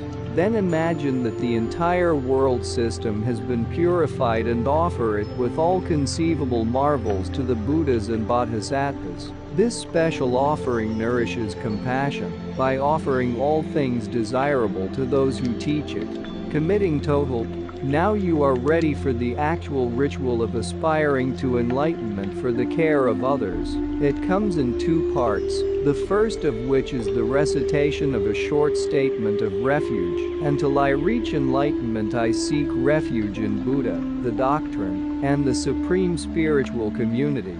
In its most compassionate form, refuge is the union of 3 attitudes: concern for the state of suffering of all beings, not just for yourself. Concern 2, that they not seek mere solitary relief from suffering, but aspire to the altruistic enlightenment of Buddhahood. Faith in the Buddha, the states of realization, and the spiritual community, maintaining the conviction that through them all beings will find freedom from all suffering. Compassion, which means not being able to stand the enslavement of others to suffering without doing something about it.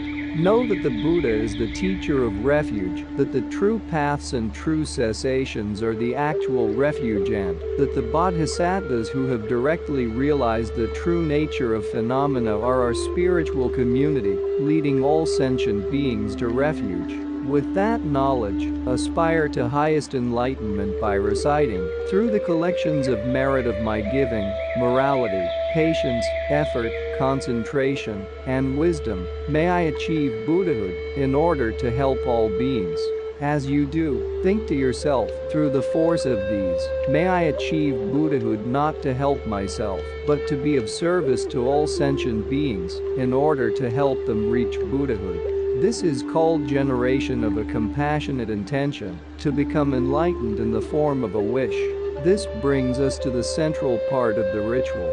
With a strong wish to attain Buddhahood, in order to serve other beings, imagine before you a Buddha or your own spiritual teacher as a representative of him. Recite the following, as if you were repeating it after the Buddha. Until I reach enlightenment I seek refuge in Buddha, the doctrine, and the supreme spiritual community.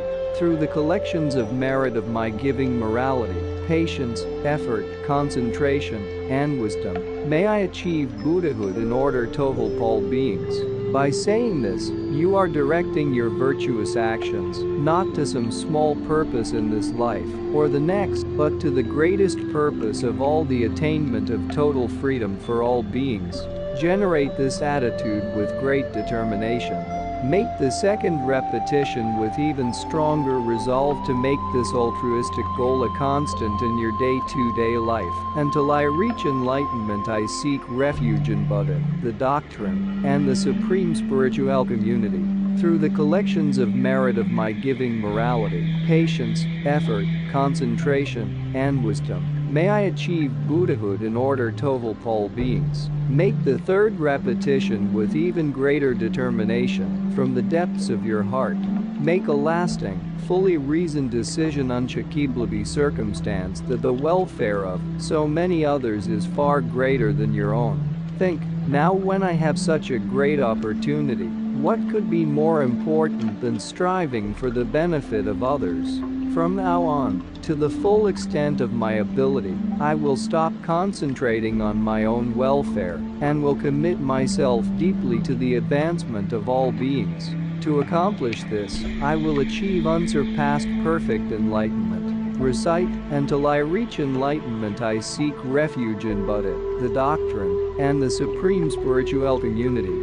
Through the collections of merit of my giving morality, patience, effort, concentration, and wisdom, may I achieve Buddhahood in order to help all beings. This concludes the ritual. Through it you plant and nurture the seeds of strong and unwavering compassion, maintaining commitment into this lifetime. There are 4 practices aimed at keeping this altruism from deteriorating in this lifetime. First, increase your enthusiasm for becoming enlightened for the sake of others by recalling again and again the benefits of doing so. Then, increase your concern for others by dividing the day and night into 3 periods each, and during those periods, take a little time from your day, or rouse yourself from sleep, to practice the 5-step visualization given on page 84, even for just 5 minutes. This practice is very effective. It becomes a regular habit, like eating food at a certain time. If you cannot do this so often, visualize the steps 3 times in one morning session that lasts around 15 minutes, and do the same at night. Ponder the meaning of your aim. May I attain highest enlightenment for others. The next practice requires vigilance. In seeking to gain highest enlightenment for the sake of all beings, make sure not to mentally neglect the welfare of even one. Try to accumulate the 2 forces of merit and wisdom as much as possible. To increase merit, engage willingly in virtuous activities like generosity and morality. To accumulate wisdom, you must come to understand that true way phenomena exist. Since this is a complicated topic, we will be exploring it at length in chapters 8-10. Suffice it to say here that it is helpful to reflect on how phenomena arise and exist dependent on causes and conditions, maintaining commitment in future lifetimes. In future lifetimes, your compassionate intention to become enlightened could weaken. You can prevent this from happening by abandoning the 4 unwholesome activities listed below and by training in the 4 wholesome practices that follow them. 4 unwholesome practices. Deceiving a high person such as an abbot, ordination master, lama, or fellow practitioner about negative things that you have done. Causing others engaged in virtue to regret what they are doing. Criticizing or belittling those who express compassion for others. Deceit and misrepresentation to get others' services. 4 wholesome practices. Do not lie to anyone at all. There are exceptions when lying can result in great benefit to others, but they are rare. Help others move toward the altruistic enlightenment of Buddhahood, directly or indirectly. Consider and treat bodhisattvas with the same respect as Buddha. Since we do not know who is and who is not a bodhisattva, we must treat all beings with respect. As a general rule, place others above you. Never cheat anyone and always remain honest.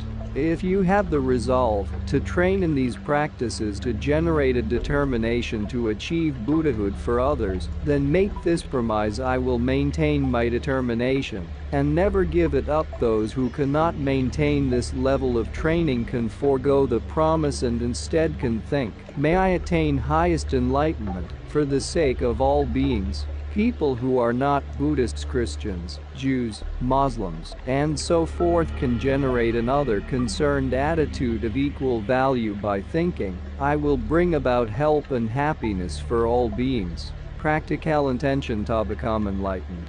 When your aspiration to become enlightened is firm, you should implement it in deeds.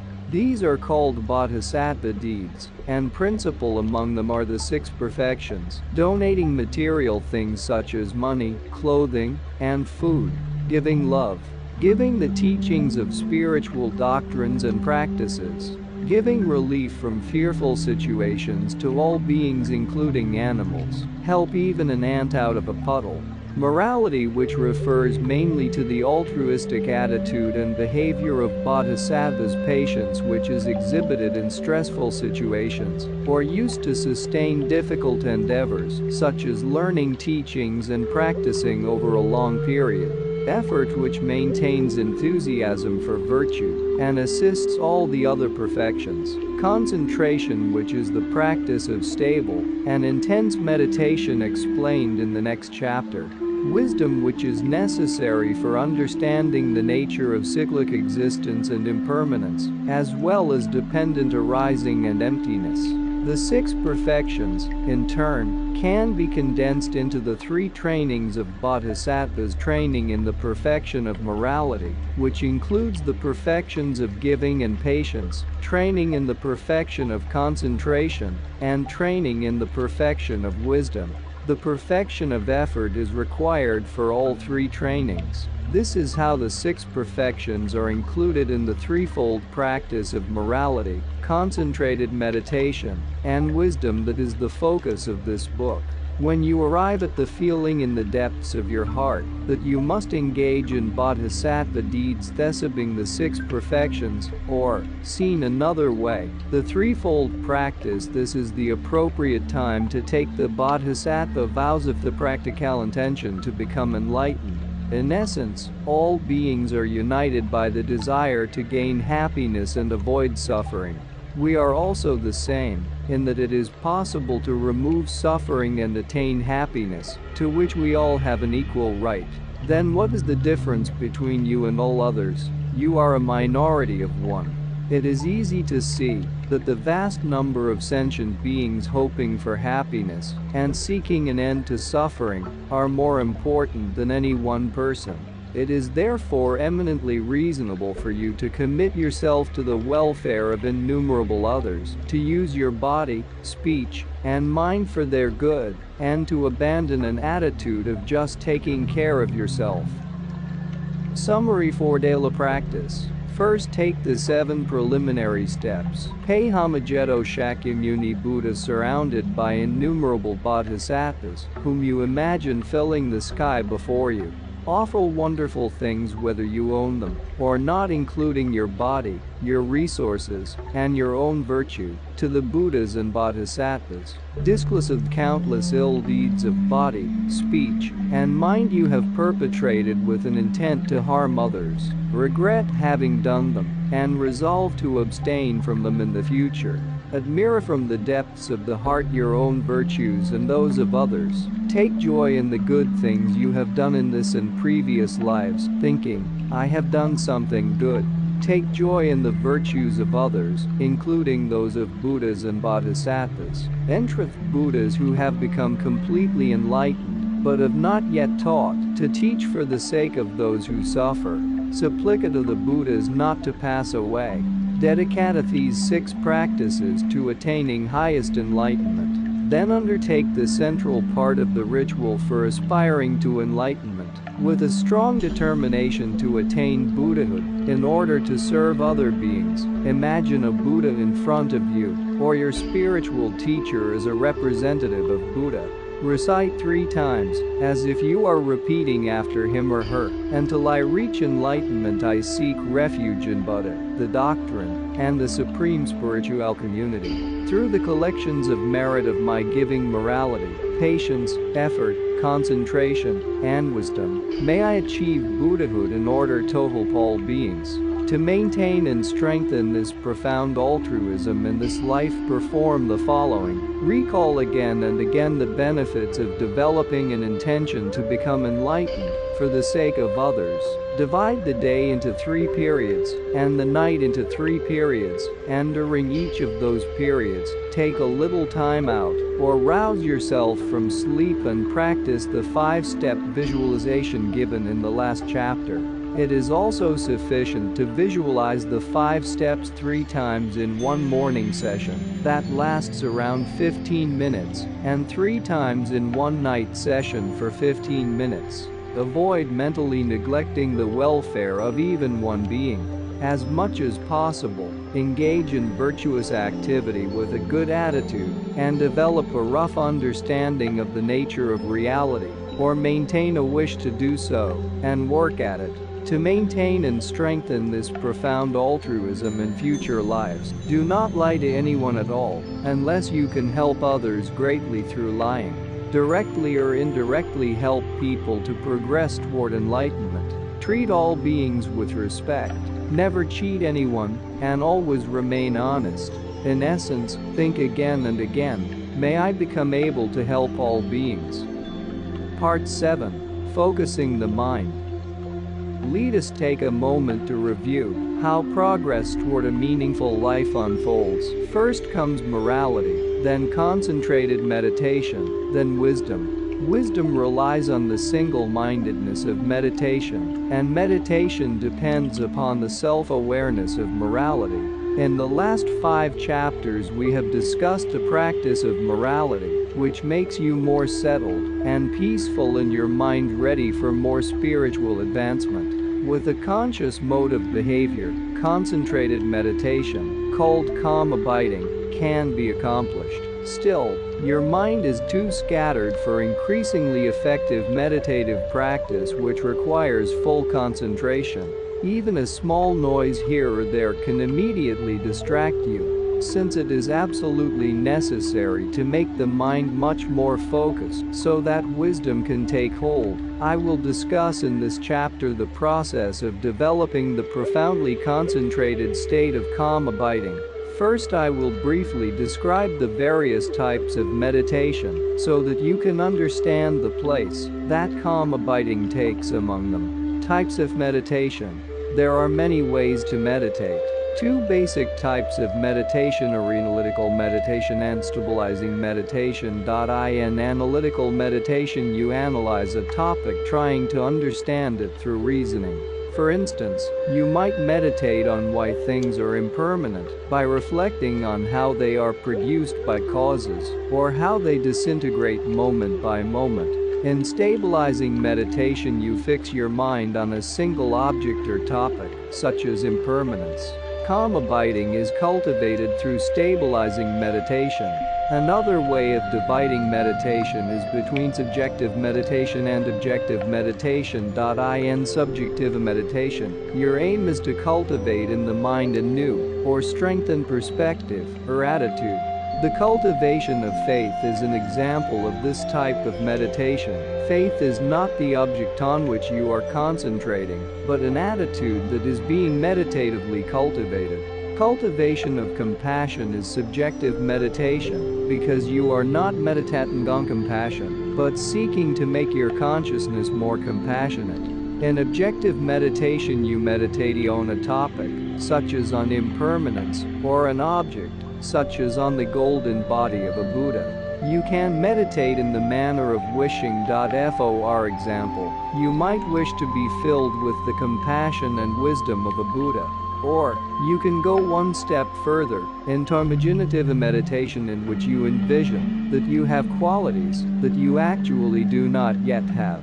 The practice of deity yoga, for example, calls for meditating on yourself as an ideal being whose body is made from the light of wisdom. Of these various forms of meditation, let us discuss how to practice the stabilizing meditation of karma abiding.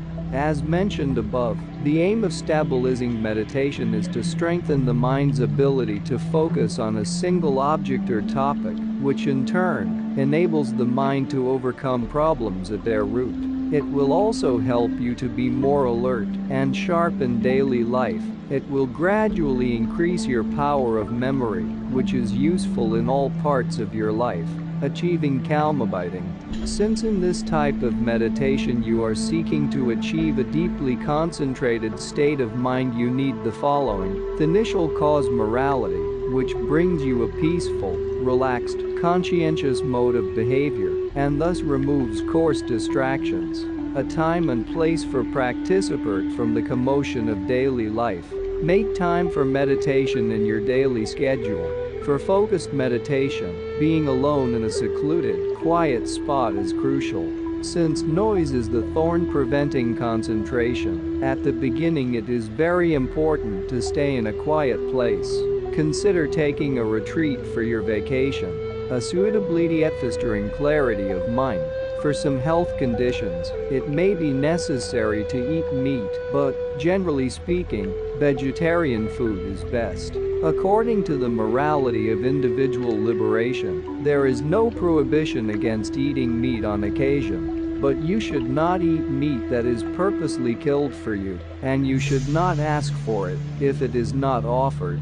Indeed, it would be most welcome if the majority of people did become vegetarian. Some great vehicle scriptures prohibit the eating of meat, since concern for others is the heart of great vehicle morality. Also, eating too much food is not good, so eat less. Of course, drinking alcohol is out of the question, as are all mind-altering drugs. Smoking is not advisable. If a bearded man was smoking while entering into deep meditation, he would risk having his beard catch on fire. The right amount of sleep too much makes your mind dull, and too little can be disruptive. You have to figure out what the right amount is for you. Physical posture is critical to focused meditation, especially at this early stage. If possible, assume the fuller half lotus position.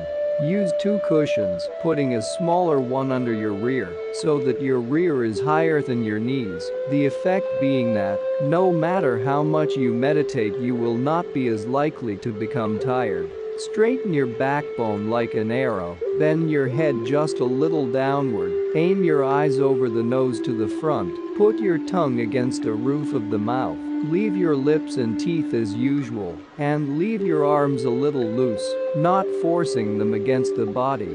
With regard to positioning the hands, Japanese Zen practitioners usually put the left hand, palm up, on top of the right, which is also palm up. Tibetans put the right hand, palm up, on top of the left, which is also palm up. In tantric practice it is important to put the right hand on top of the left, with both palms up, and with the 2 thumbs pressed together in the form of a triangle, the base of which is about 4 finger widths below the navel. The object of meditation. There are many possible objects of the stabilizing meditation for achieving calm abiding. The breath. Some texts speak of watching the inhalation and exhalation of breath through thenis, but do not address the topic of how deep to breathe. Other texts explain how to imagine the movement of breath in specific areas in the body. In one type of breathing exercise, you pull up the lower airs, or energies, and press down the upper energies, holding them as if in a vessel just below the navel. Your body, feelings, mind, or phenomena such as impermanence. These meditations are called establishments through mindfulness. The first letter of your name on a disc of light outside or inside your body. In Thailand, practitioners often meditate within applying mindfulness to whatever they do. While walking, they are mindful of putting the right foot forward, then the left, then the right. In general, a good object of meditation for a Buddhist is an image of the body of Shakyamuni Buddha. For a Christian, it could be an image of Jesus. Gaze at it so that it appears to your mind internally when you close your eyes. Meditate on the figure at eye level, not too high or low, at a distance of about 4 or 5 feet. At the beginning, it is difficult to get the object of meditation to appear clearly in your mind. To avoid dulling your perception, try frequent, intense 5-minute sessions rather than long meditations. 4 to 16 of these brief sessions daily is ideal. When it finally appears internally, you have found your object of meditation. Now fix your mind continuously upon it, counteracting excitement and laxity. To achieve calm abiding, both stability and clarity are needed with respect to the object of meditation. Thus, the biggest obstacles to sustained meditation are excitement and laxity. Excitement prevents stability. When the mind does not stay on the object but becomes distracted or scattered, the object of meditation is lost. There is also a subtle form of excitement where even if the object is not lost, a corner of the mind is thinking about something else. You need to identify excitement and, through mindfulness, not let your mind come under its influence. Lethargy, a heaviness of mind and body, is an obstacle to clarity. Lethargy also causes laxity, which prevents clarity. In coarse laxity, the mind sinks, the object of meditation fades and is lost. In subtle laxity, the object is not lost, but the clarity of the object and of the mind diminish a little, because the mind's intensity has weakened. The mind is a little too loose. The mind might stay quite clearly on the object of meditation, but without true alertness. This state is often mistaken for proper meditation. When your mind is too intense and you experience excitement, you need to loosen it, like loosening the strings of a guitar a bit. Similarly, when you have laxity, your mind is not intense enough, so you need to increase its intensity by making it a little more taut, like tightening the strings. As you see, the mind needs to be tuned like a fine-stringed instrument. Mindfulness and introspection. The force behind developing concentrated meditation is mindfulness, which is the ability to stay with an object, not allowing distraction. You exercise mindfulness by putting your mind back on its object of meditation every time it falters, which will happen again and again.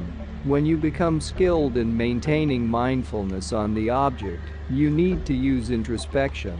Asantitavasa Guide to the Bodhisattva Way of Life says, the special function of introspection is periodically to inspect your activities, whether physical or mental. In the process of developing calm abiding, the task of introspection is to determine whether the mind has come, or is about to come, under the influence of laxity or excitement. At the start, periods of laxity and excitement are strong, but, with effort, these become weaker and less frequent, and the periods of being able to stay on the object lengthen. Gradually, even subtle laxity and excitement lose their force and disappear.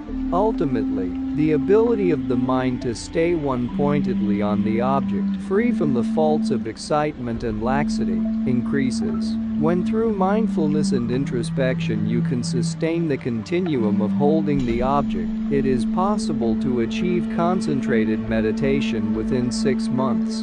Initially, you must forcibly put your mind on the object of meditation with great exertion. Then from time to time you engage the object without great exertion. Then you engage it in a relaxed way continuously. And finally you spontaneously stay on the object without needing to make any effort to remove excitement and laxity.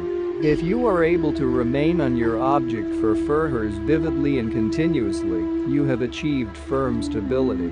Unfavorable states of body and mind are gone, and a bliss of physical and mental pliancy is attained. At that point, you have achieved calm abiding. Qualities of calm abiding. To be endowed with calm abiding, the mind must have stability to hold fast to one object, but this alone is not sufficient. The mind must also be clear, but this too is not enough. Its clarity should bind us, alert and sure. The mind cannot be even a little dull. These fine adjustments to the mind to make it susceptible to calm abiding are not easily accomplished. In Dharamsala, India, one of the Tibetans practicing concentrated meditation told me that the cultivation of one-pointed concentration was worse than imprisonment in a Chinese jail. Because it is difficult, it is important to prepare carefully, moving from step to step. Do not push yourself too hard, especially at first, otherwise you run the risk of becoming upset or even having a nervous breakdown.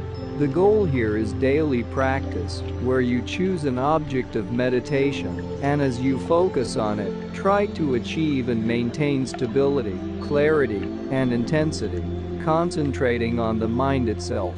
Calm abiding can also be achieved through daily meditations on the mind itself. One of the advantages of observing the mind now is that it will strengthen your ability to manifest a mind of clear light as you are dying. First, identify the mind's essential nature of luminosity and knowing, unsullied by thought, and then concentrate on it. This is one among many levels of thoughtlessness. I will describe meditation on the ultimate nature of the mind in Chapter 10. To prepare for concentrating on the mind itself, you need to overcome emotional obstacles by engaging in the accumulation of positive merit, such as through developing compassion as discussed earlier. The next step is to become familiar with the nature of your own mind. The best time for this is early in the morning, just after waking up, but before all your sense faculties have become active. Your eyes are not yet open. Look at, or within, consciousness itself. This is a good opportunity to experience the clear light nature of the mind. Do not let your mind think on what has happened in the past, nor let it chase after things that might happen in the future. Rather, leave the mind vivid, without any constructions, just as it is. In the space between old and new ideas, discover the natural, unfabricated, luminous and knowing nature of the mind unaffected by thought. When you remain this way, you understand that the mind is like a mirror, reflecting any object, any conception, and that the mind has a nature of mere luminosity and knowing, of mere experience. After you recognize the nature of the mind as luminosity and knowing, stay with it. Using your powers of mindfulness and introspection, remain in that state. If a thought comes, just look into its very nature, and the concept will lose its power and dissolve of its own accord. Sometimes, with exertion, you can prevent a thought from fully forming. More likely, though, when you reach this state of recognizing the basic, unaffected, unfabricated nature of the mind, thoughts will dissolve as they form, and even when they do come, they will not be powerful. Know that just as the waves of the ocean are made of water, thoughts are made of the luminous, knowing nature of the mind. And through continual daily practice, thoughts will weaken and disappear without any other exertion.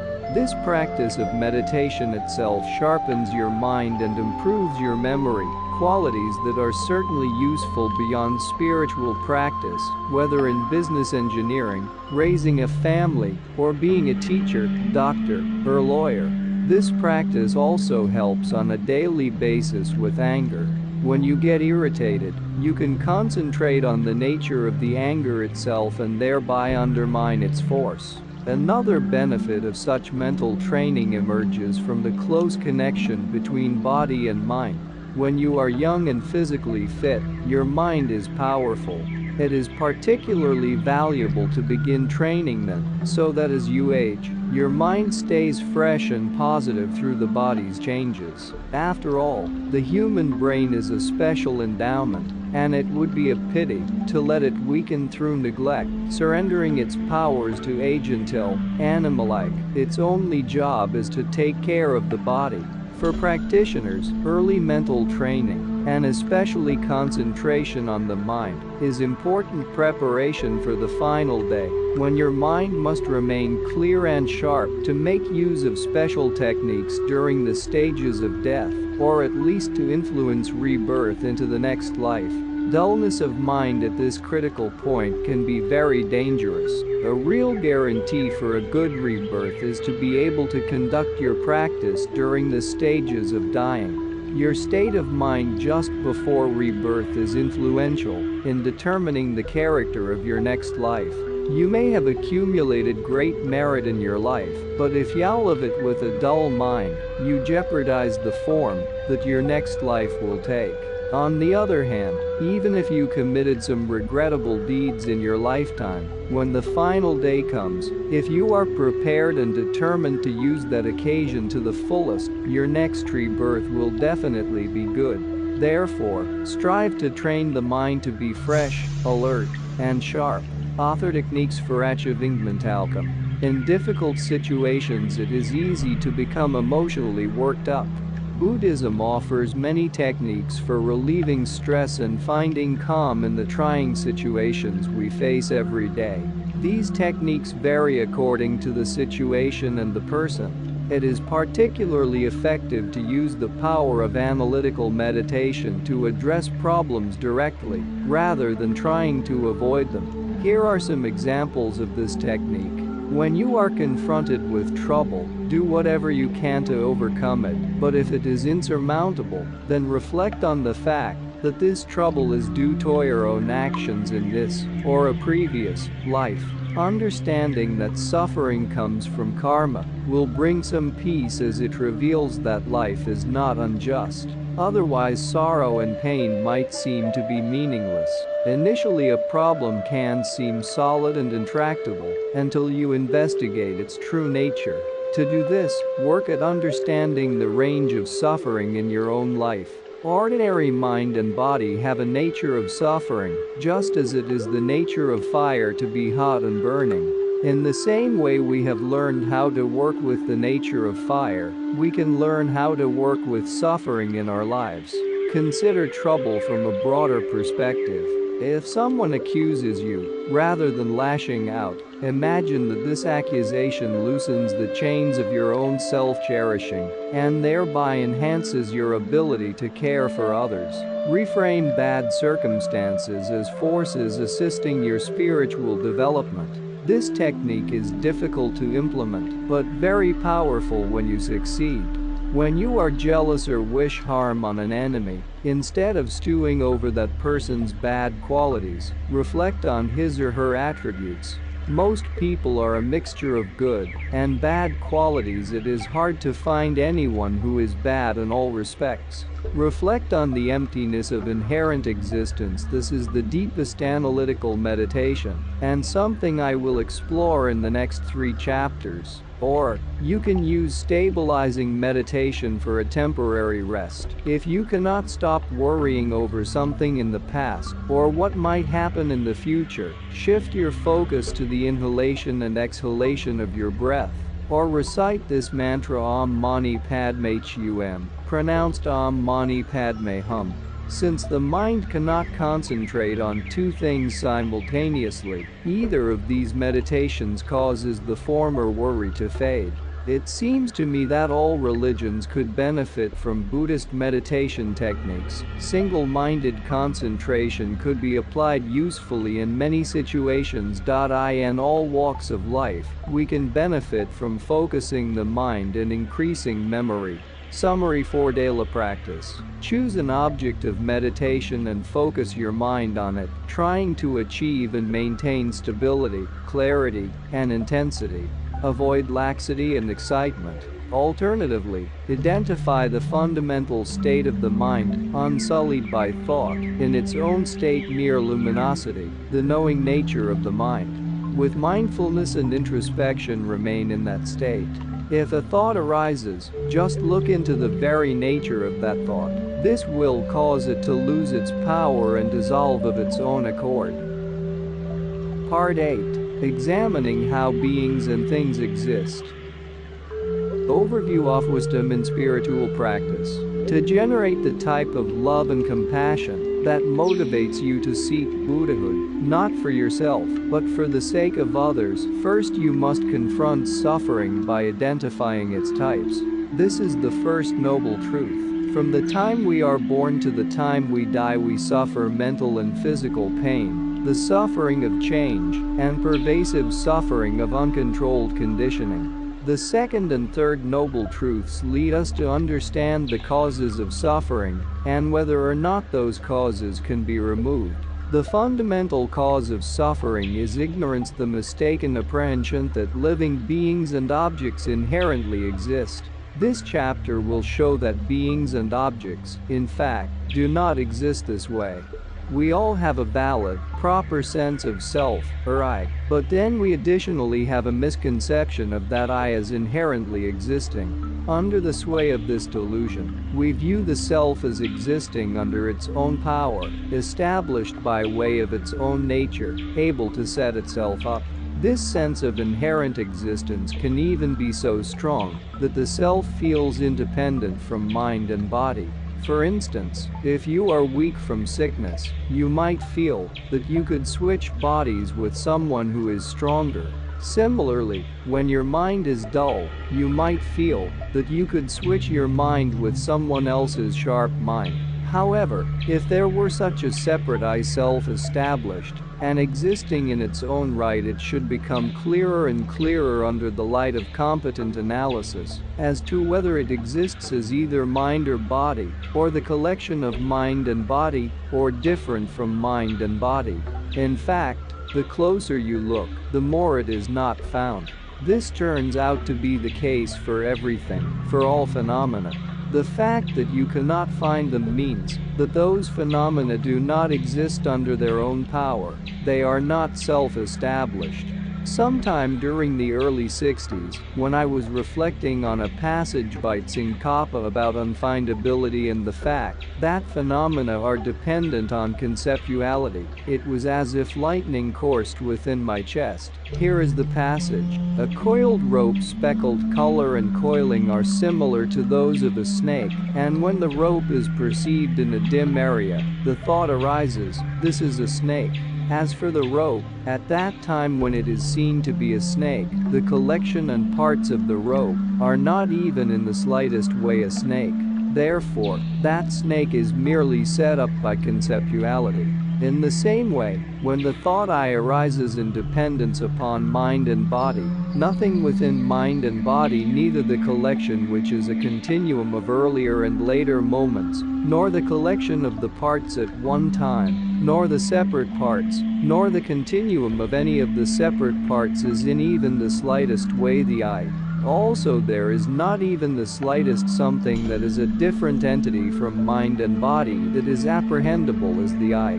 Consequently, the I is morally set up by conceptuality in dependence upon mind and body. It is not established by way of its own entity.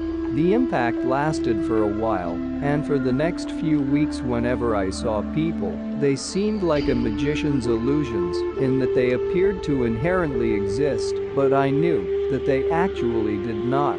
That experience, which was like lightning in my heart, was most likely at a level below completely valid and incontrovertible realization. This is when my understanding of the cessation of the afflictive emotions as a true possibility became real. Nowadays I always meditate on emptiness in the morning and bring that experience into the day's activities. Just thinking or saying I, as in I will do such and such, will often trigger the feeling. But still I cannot claim full understanding of emptiness. A consciousness that conceives of inherent existence does not have a valid foundation. A wise consciousness, grounded in reality, understands that living beings and other phenomena, minds, bodies, buildings, and so forth, do not inherently exist. This is the wisdom of emptiness. Understanding reality exactly opposite to the misconception of inherent existence, wisdom gradually overcomes ignorance. Remove the ignorance that misconceives phenomena to inherently exist, and you prevent the generation of afflictive emotions like lust and hatred. Thus, in turn, suffering can also be removed. In addition, the wisdom of emptiness must be accompanied by a motivation of deep concern for others and by the compassionate deeds it inspires before it can remove the obstructions to omniscience, which are the predispositions for the false appearance of phenomena even to sense consciousness as if they inherently exist. Therefore, full spiritual practice calls for cultivating wisdom in conjunction with great compassionate intention to become in lieutenant in which others are valued more than yourself.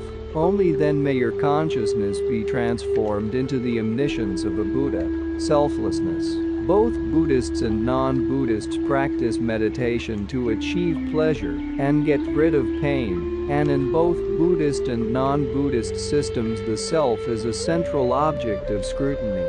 Certain non-Buddhists who accept rebirth accept the transitory nature of mind and body, but they believe in a self that is permanent, changeless, and unitary. Although Buddhist schools accept rebirth, they hold that there is no such solid self.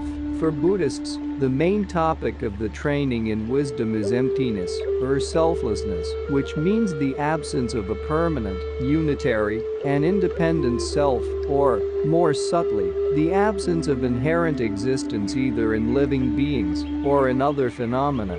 Two truths. To understand selflessness, you need to understand that everything that exists is contained in two groups called the two truths, conventional and ultimate. The phenomena that we see and observe around us can go from good to bad, or bad to good, depending on various causes and conditions. Many phenomena cannot be said to be inherently good or bad. They are better or worse, tall or short, beautiful or ugly, only by comparison, not by way of their own nature. Their value is relative. From this you can see that there is a discrepancy between the way things appear and how they actually are. For instance, something may in terms of how it appears look good, but due to its inner nature being different, it can turn bad once it is affected by conditions. Food that looks so good in a restaurant may not sit so well in your stomach. This is a clear sign of a discrepancy between appearance and reality. These phenomena themselves are called conventional truths. They are known by consciousness that goes no further than appearances. But the same objects have an inner mode of being, called an ultimate truth, that allows for the changes brought about by conditions.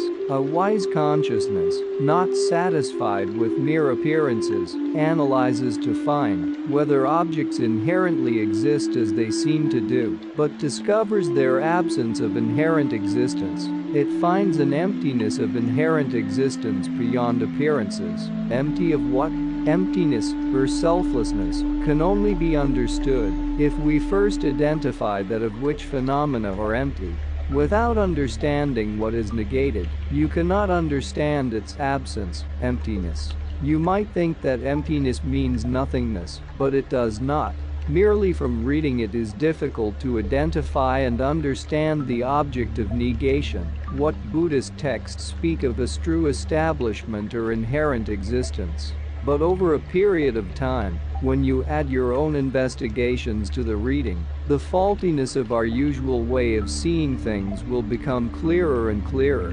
Buddha said many times that because all phenomena are dependently arisen, they are relative. Their existence depends on other causes and conditions, and depends on their own parts. A wooden table, for instance, does not exist independently. Rather, it depends on a great many causes such as a tree, the carpenter who makes it, and so forth. It also depends upon its own parts. If a wooden table or any phenomenon really were not dependent, if it were established in its own right, then when you analyze it, its existence in its own right should become more obvious, but it does not. This Buddhist reasoning is supported by science. Physicists today keep discovering finer and finer components of matter, yet they still cannot understand its ultimate nature. Understanding emptiness is even deeper. The more you look into how an ignorant consciousness conceives phenomena to exist, the more you find that phenomena do not exist that way. However, the more you look into what a wise consciousness understands, the more you gain affirmation in the absence of inherent existence. Lust and hatred are ruled by ignorance, and so cannot be generated limitlessly. Do objects exist? Since, as we have established, when any phenomenon is sought through analysis, it cannot be found, you may be wondering whether these phenomena exist at all. However, we know from direct experience that people and things cause pleasure and pain, and that they can help and harm. Therefore, phenomena certainly do exist. The question is they do not exist in their own right, but only have an existence dependent upon many factors, including a consciousness that conceptualizes them. Once they exist, but do not exist on their own, they necessarily exist in dependence upon conceptualization. However, when phenomena appear to us, they do not at all appear as if they exist this way. Rather, they seem to be established in their own right, from the object's side, without depending upon a conceptualizing consciousness. When training to develop wisdom, you are seeking through analysis to find the inherent existence of whatever object you are considering yourself, another person, your body, your mind, or anything else. You are analyzing not the mere appearance, but the inherent nature of the object. Thus it is not that you come to understand that the object does not exist, rather, you find that its inherent existence is unfounded. Analysis does not contradict the mere existence of the object. Phenomena do indeed exist, but not in the way we think they do. What is left after analysis is a dependently existent phenomenon. When, for example, you examine your own body, its inherent existence is negated, but what is left is a body dependent on 4 limbs, a trunk, and a head. If phenomena are empty, can they function?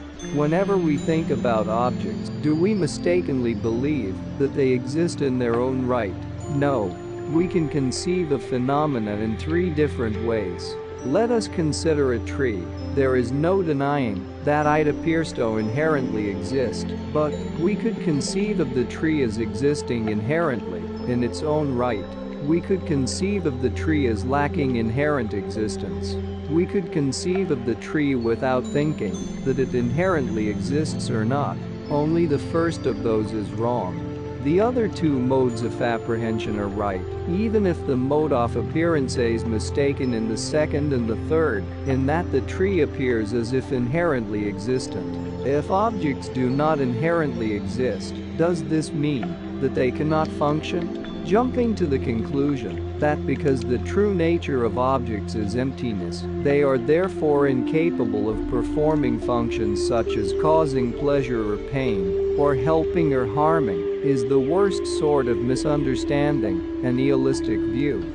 As the Indian scholar Yogi Nagarjuna says in his Prashasgarland, a nihilist will certainly have a bad transmigration upon rebirth, whereas a person who believes, albeit wrongly, in inherent existence goes on to a good transmigration. Allow me to explain. You need a belief in the consequences of actions to choose virtue in your life and discard non-virtue.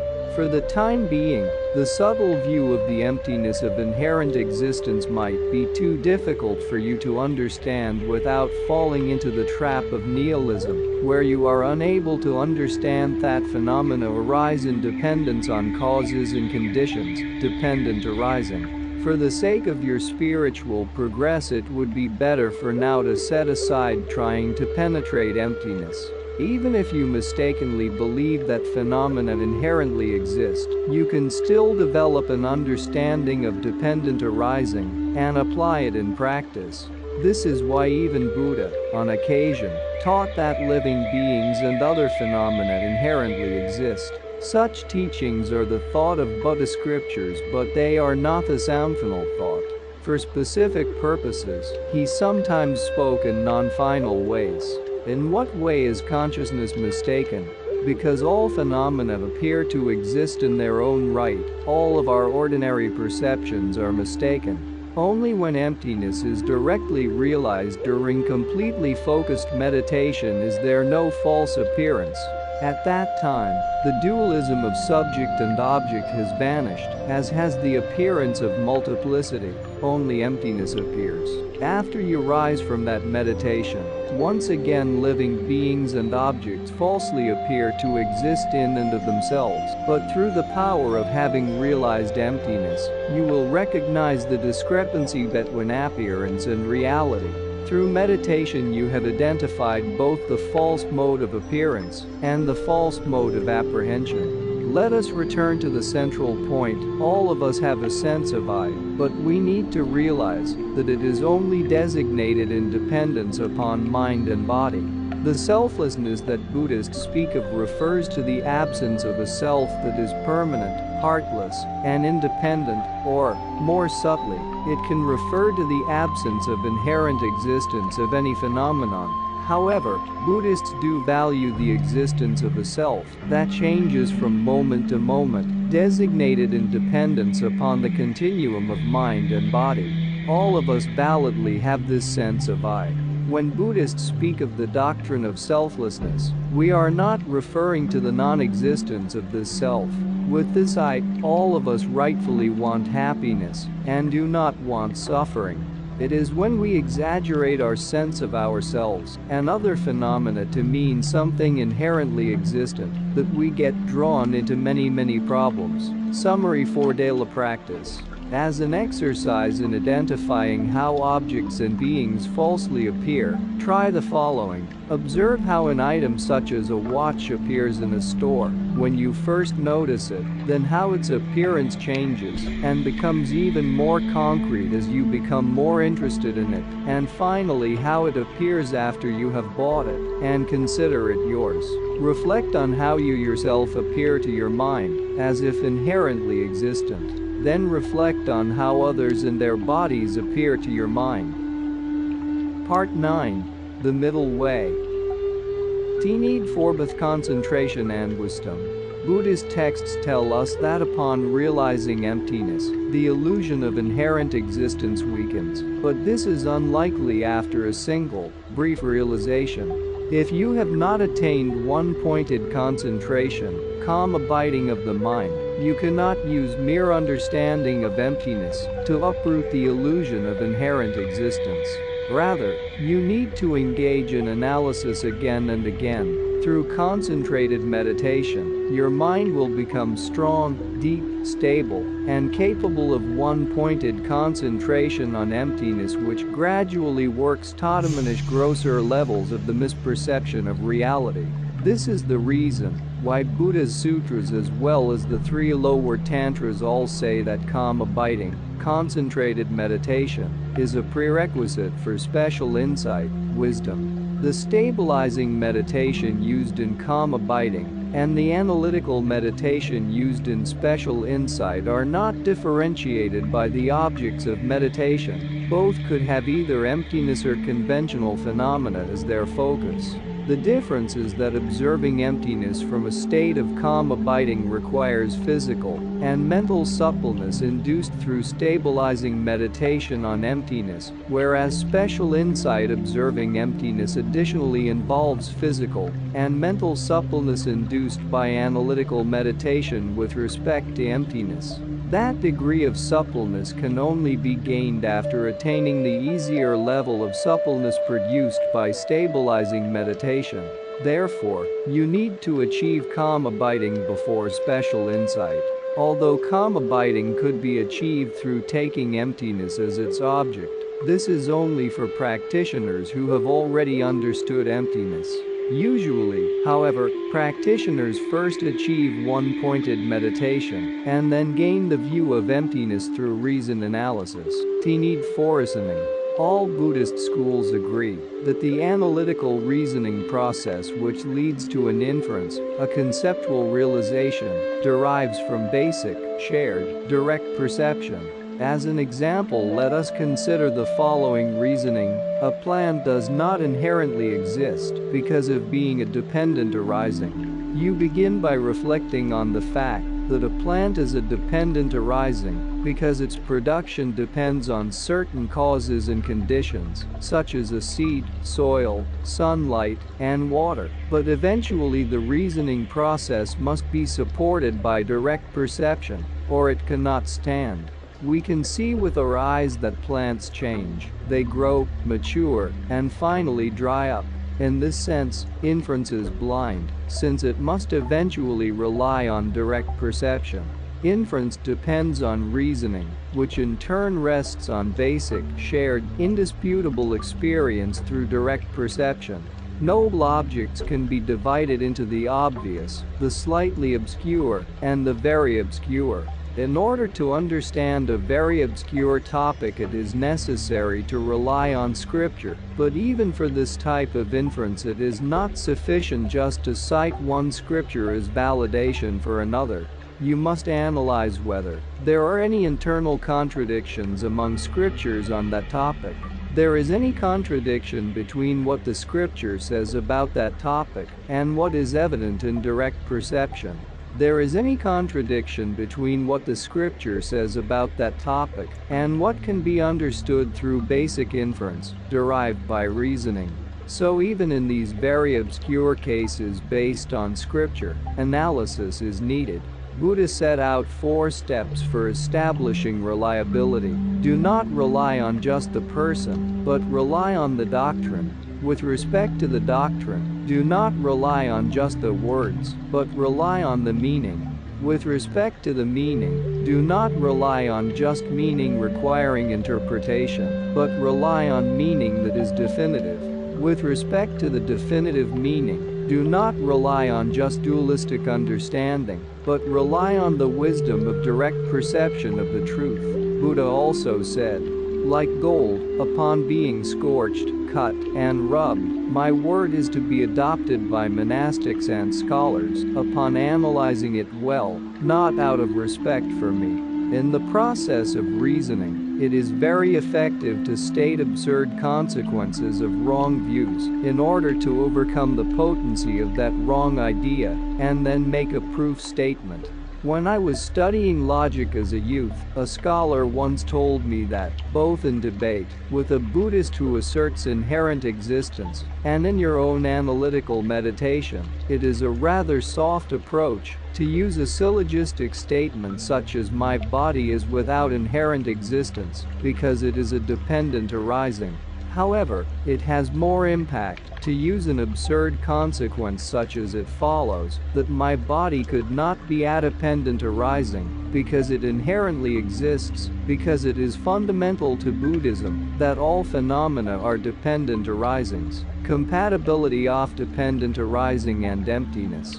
Buddha himself, in setting forth sutras, and Nagarjuna and his spiritual sons Aryadeva, Vedapalita, and Chandrakirti in commenting on the meaning of those sutras, used the fact that phenomena are dependent arisings as Thefanalrasan for establishing emptiness. This indicates that phenomena in general are not non-existent, and that impermanent phenomena are fit to perform functions. When Buddha taught the 4 Noble Truths, first he identified true sufferings, sources, cessations and paths, and then said, sufferings are to be recognized, but there is nothing to be recognized. The sources of suffering are to be abandoned, but there is nothing to be abandoned. Cessation is to be actualized, but there is nothing to be actualized. The path is to be meditated, but there is nothing to be meditated. The meaning of this is that, although there are factors among the 4 Noble Truths to be econventionally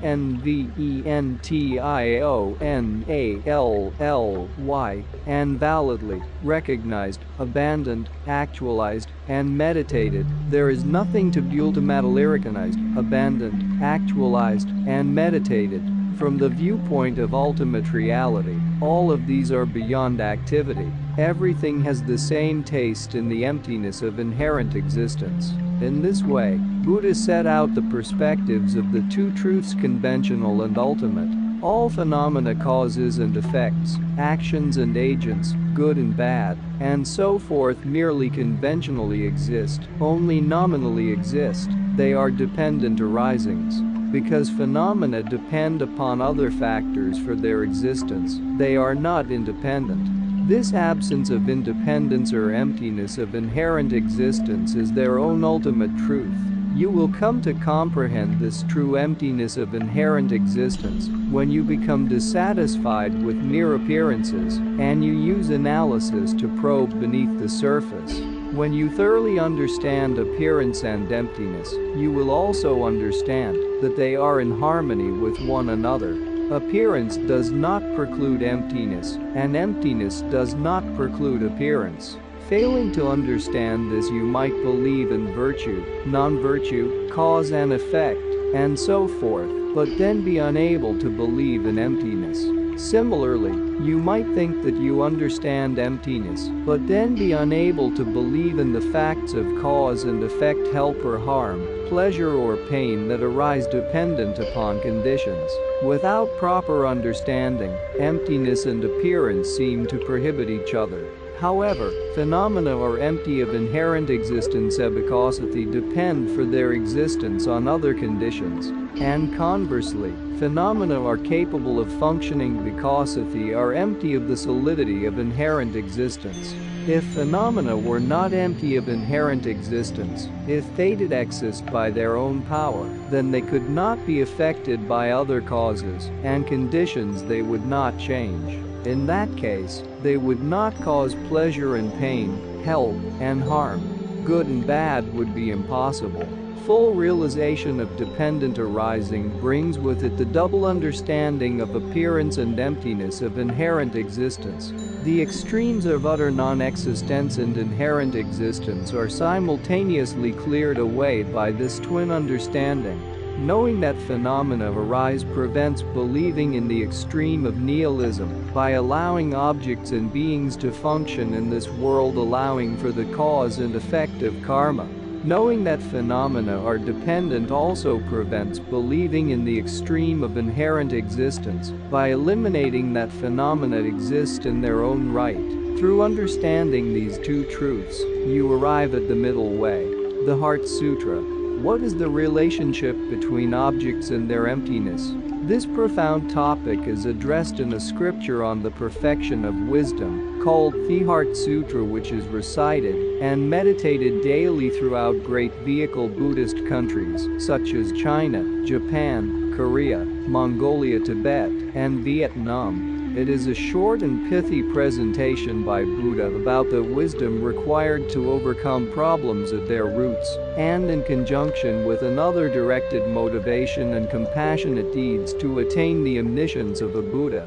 Here is the Heart Sutra in its entirety, homage to the supramundane victorious perfection of wisdom. This is what I have heard. At one time, the supramundane victor was residing together with a great community of monastics and a great community of bodhisattvas on Vulture Mountain in Rahagriha. At that time, the supramundane victor was absorbed in the concentrated meditation of the enumerations of phenomena called perception of the profound. At that time the bodhisattva great being, the superior of Avalokiteshvara, also was observing the practice of the profound perfection of wisdom and was viewing even these five aggregates: forms, feelings, discriminations, compositional factors, and consciousnesses as empty of inherent existence. Then, through the Buddha's power, the Venerable Shariputra said to the Bodhisattva great being, the superior of Avalokiteshvara, how should a child of good lineage who wishes to practice the profound perfection of wisdom train? The Bodhisattva great being, the superior of Avalokiteshvara, replied to Shariputra, Shariputra, sons or daughters of good lineage who wish to practice the profound perfection of wisdom should view phenomena as follows. They should correctly and thoroughly view even these five aggregates as empty of inherent existence. Form is emptiness, emptiness is form. Emptiness is not other than form, form is not other than emptiness. Similarly, feelings, discriminations, compositional factors, and consciousnesses are empty. Shariputra, in that way all phenomena are empty without characteristics, not produced, not ceasing, not defiled, not separated from defilements, not decreasing, not increasing. Therefore, Shariputra, in emptiness there are no forms, no feeling, no discriminations, no compositional factors, no consciousness, no eyes, no ears, no nose, no tongue, no body, no mind, no forms, no sounds, no odors, no tastes, no tangible objects, no other phenomena. In emptiness there is no I constituent through to no mental constituent, and through to no mental consciousness constituent. In emptiness there is no ignorance, and no extinguishment of ignorance through to no extinguishment of aging and death. Similarly, in emptiness there are no sufferings, sources, cessations, and paths, no exalted wisdom, no attainment, and also no non-attainment. Therefore, Shariputra, since bodhisattvas, the great beings, have no attainment, they rely on and reside in this profound perfection of wisdom. Their minds are without obstruction and without fear, having thoroughly passed beyond error, they go to the finality of nirvana. Even all the Buddhas in the past, present, and future become manifestly and completely awakened into unsurpassed, complete perfect enlightenment, in reliance on this profound perfection of wisdom. Therefore, the mantra of the perfection of wisdom is the mantra of great knowledge, the unsurpassed mantra, the mantra equal to the unequaled, the mantra thoroughly pacifying all suffering. It should be known that since it is not false, it is true. To state the mantra of the perfection of wisdom, Tadyata gate paragate parasamgate bodhisvaha. It is thus, proceed beyond, thoroughly proceed beyond, be founded in enlightenment. In that way, Shariputra, bodhisattva great beings should train in the profound perfection of wisdom. Then, the supramundane victor rose from that concentrated meditation and said to the bodhisattva great being, the superior of Avalokiteshvara, good, child of good lineage, it is so. In just a way that you have indicated, the profound perfection of wisdom should be practiced. Even the ones gone thus admire this. The supramundane victor having pronounced this, the venerable Shariputra, the bodhisattva great being of Avalokiteshvara, all those in the surrounding retinue, and the worldly beings including gods, humans, demigods, and aroma eaters admired this and praised what the supramundane victor said, form and emptiness. Drawing from a long tradition of Indian and Tibetan commentaries on Tibetan Sutra, I will offer some food for thought on its central passage. Form is emptiness, emptiness is form. Form is not other than emptiness, emptiness is not other than form.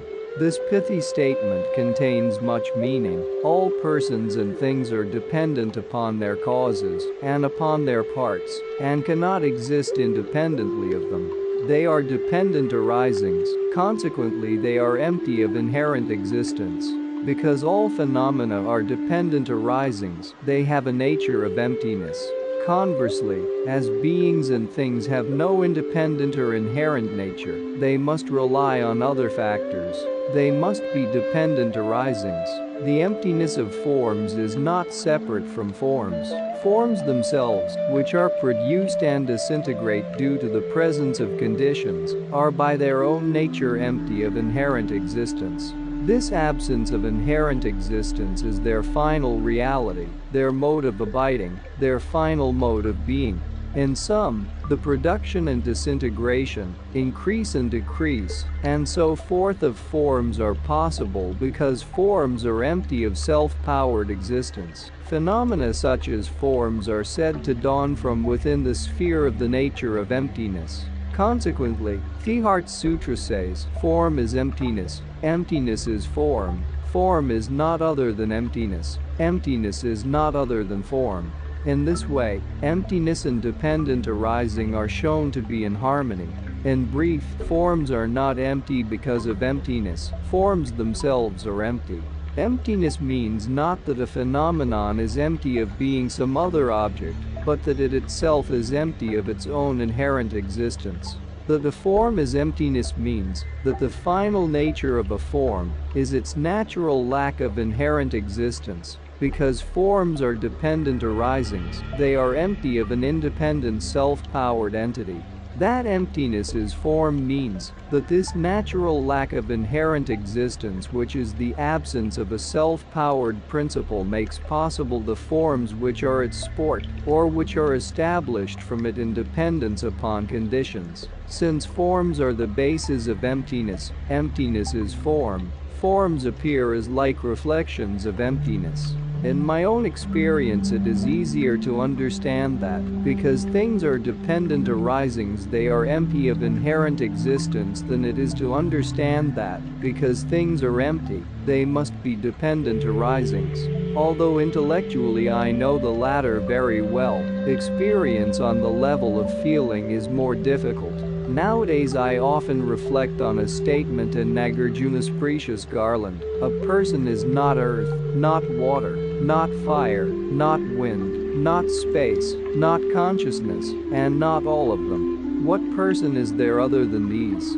First he considers whether the physical elements of the body, earth, hard things, water, fluids, fire, heat, wind, air, and space, the empty spaces such as the gullet, could be the self. Next he examines consciousness. Then he considers whether the collection of all of these could be the self. Finally, he rhetorically asks whether the self could be other than these. In none of these ways can the self be found. Then Nagarjuna does not immediately draw the conclusion that the self is not real. Rather, right after that stanza, he says that the self is not non-existent, but is a dependent arising which is set up dependent upon those 6 constituents named above. Then, based on this fact of dependence, he draws the conclusion that the self is not real. Due to being set up in dependence upon a composite of 6 constituents, a person is not real.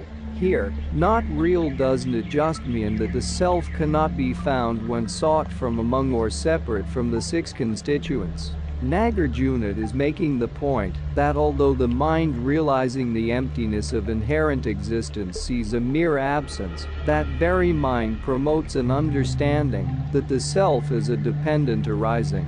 I feel that the way he presents this is full of impact, avoiding both the extreme of holding that the self inherently exists and the extreme of holding that the self does not exist at all. Like the 2 sides of the hand, when looked at one way, by examining its deeper nature, there is the emptiness of inherent existence, but when looked at from the other side, there is the appearance of the phenomenon itself. They are one entity. Therefore, form is emptiness, and emptiness is form. You have to be able to understand that the import of emptiness is also the meaning of dependent arising. They are deeply connected. As your insight into emptiness grows clearer, you will see more and more that objects depend on causes and conditions, and on their parts, and they bring about pleasure and pain because they do not exist inherently. If you come to feel that everything is useless because it is empty, you are mistaking emptiness for nihilism. Properly understanding emptiness means realizing how we must rely on cause and effect. The natural and full understanding of emptiness means a profound understanding of the union of appearance and emptiness. The understanding of emptiness is fantastic, is it not? It can serve as an antidote to the misconception of inherent existence, and yet in itself it also assists in greater understanding of cause and effect.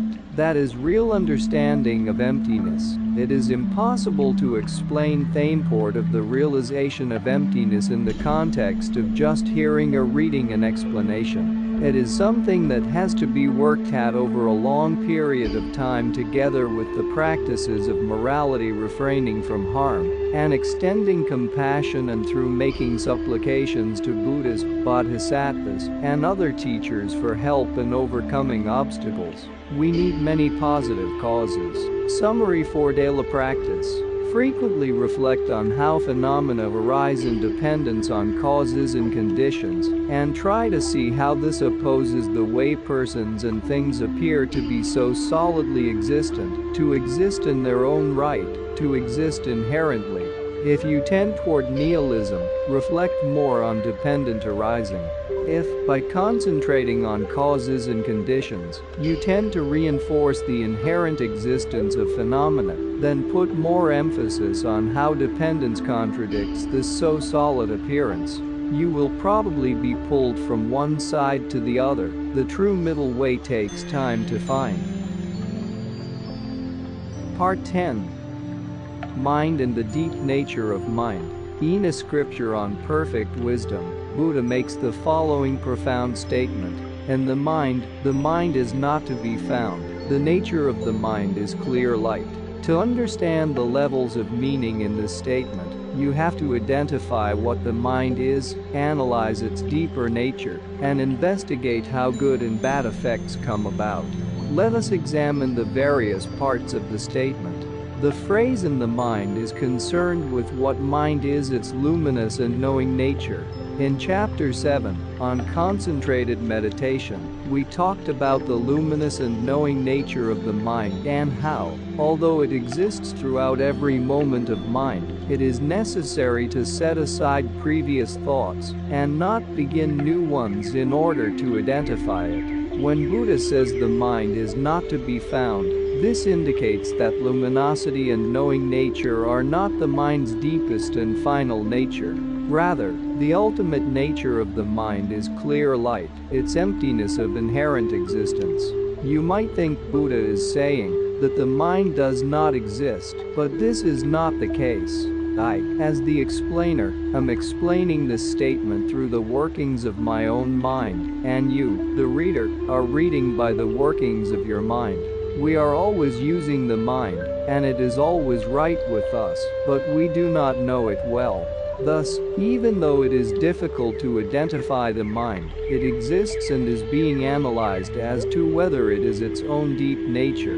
It is clear that the mind exists, but since it is not established as its own final nature and basic disposition, what is its mode of being? Its deep nature is a mere emptiness of its own inherent existence. This means that the faulty defilements that pollute the mind, such as ignorance, lust, and hatred, are temporary and therefore separable from the mind. Once these defilements are understood to be superficial and not in the mind's basic nature, we see that the deep nature of the mind is clear light, emptiness. Defilements are a superficial nature of them and is clear light. Buddhist texts explain in different ways the statement, defilements are superficial, the nature of the mind is clear light. Still, this is not a matter of Buddha's saying something so vague that it could be interpreted in any way one wishes. Rather, it has many different explicit and implicit meanings. In highest Yoga Tantra, there are many ways of drawing meaning out of an abstruse statement. One can explain its literal meaning, its general meaning, its hidden meaning, and its final meaning.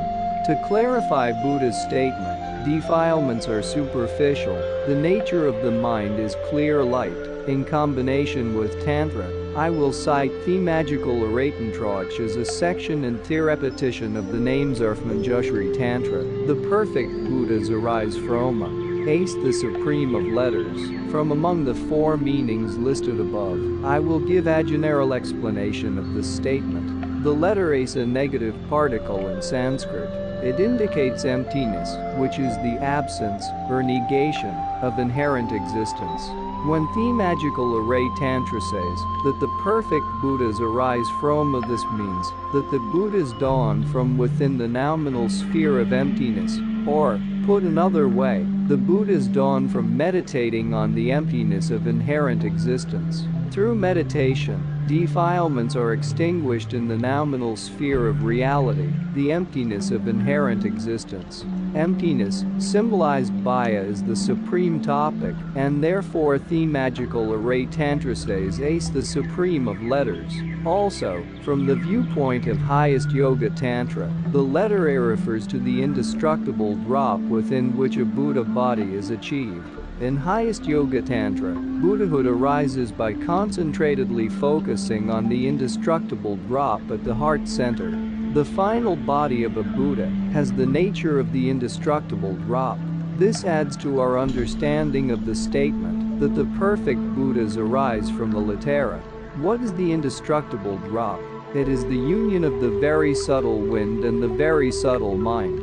Mind knows objects, whereas wind, or inner energy, causes consciousness to engage objects. Since this is the case, with a union of wind and mind there are changes in consciousness. Bejin English mind.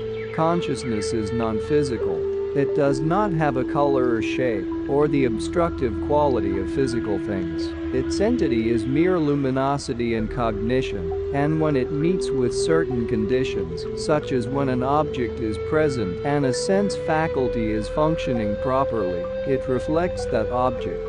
That the mind changes from moment to moment and appears in different aspects indicates that the mind operates under the other influence of causes and conditions. A mind arises in dependence upon a former mind of similar type, which requires that there has been an earlier beginningless continuum of mind. If the production of a mind did not need to depend upon former moments of mind, but could just be produced causelessly, then a mind could be produced anywhere and any time, which is absurd.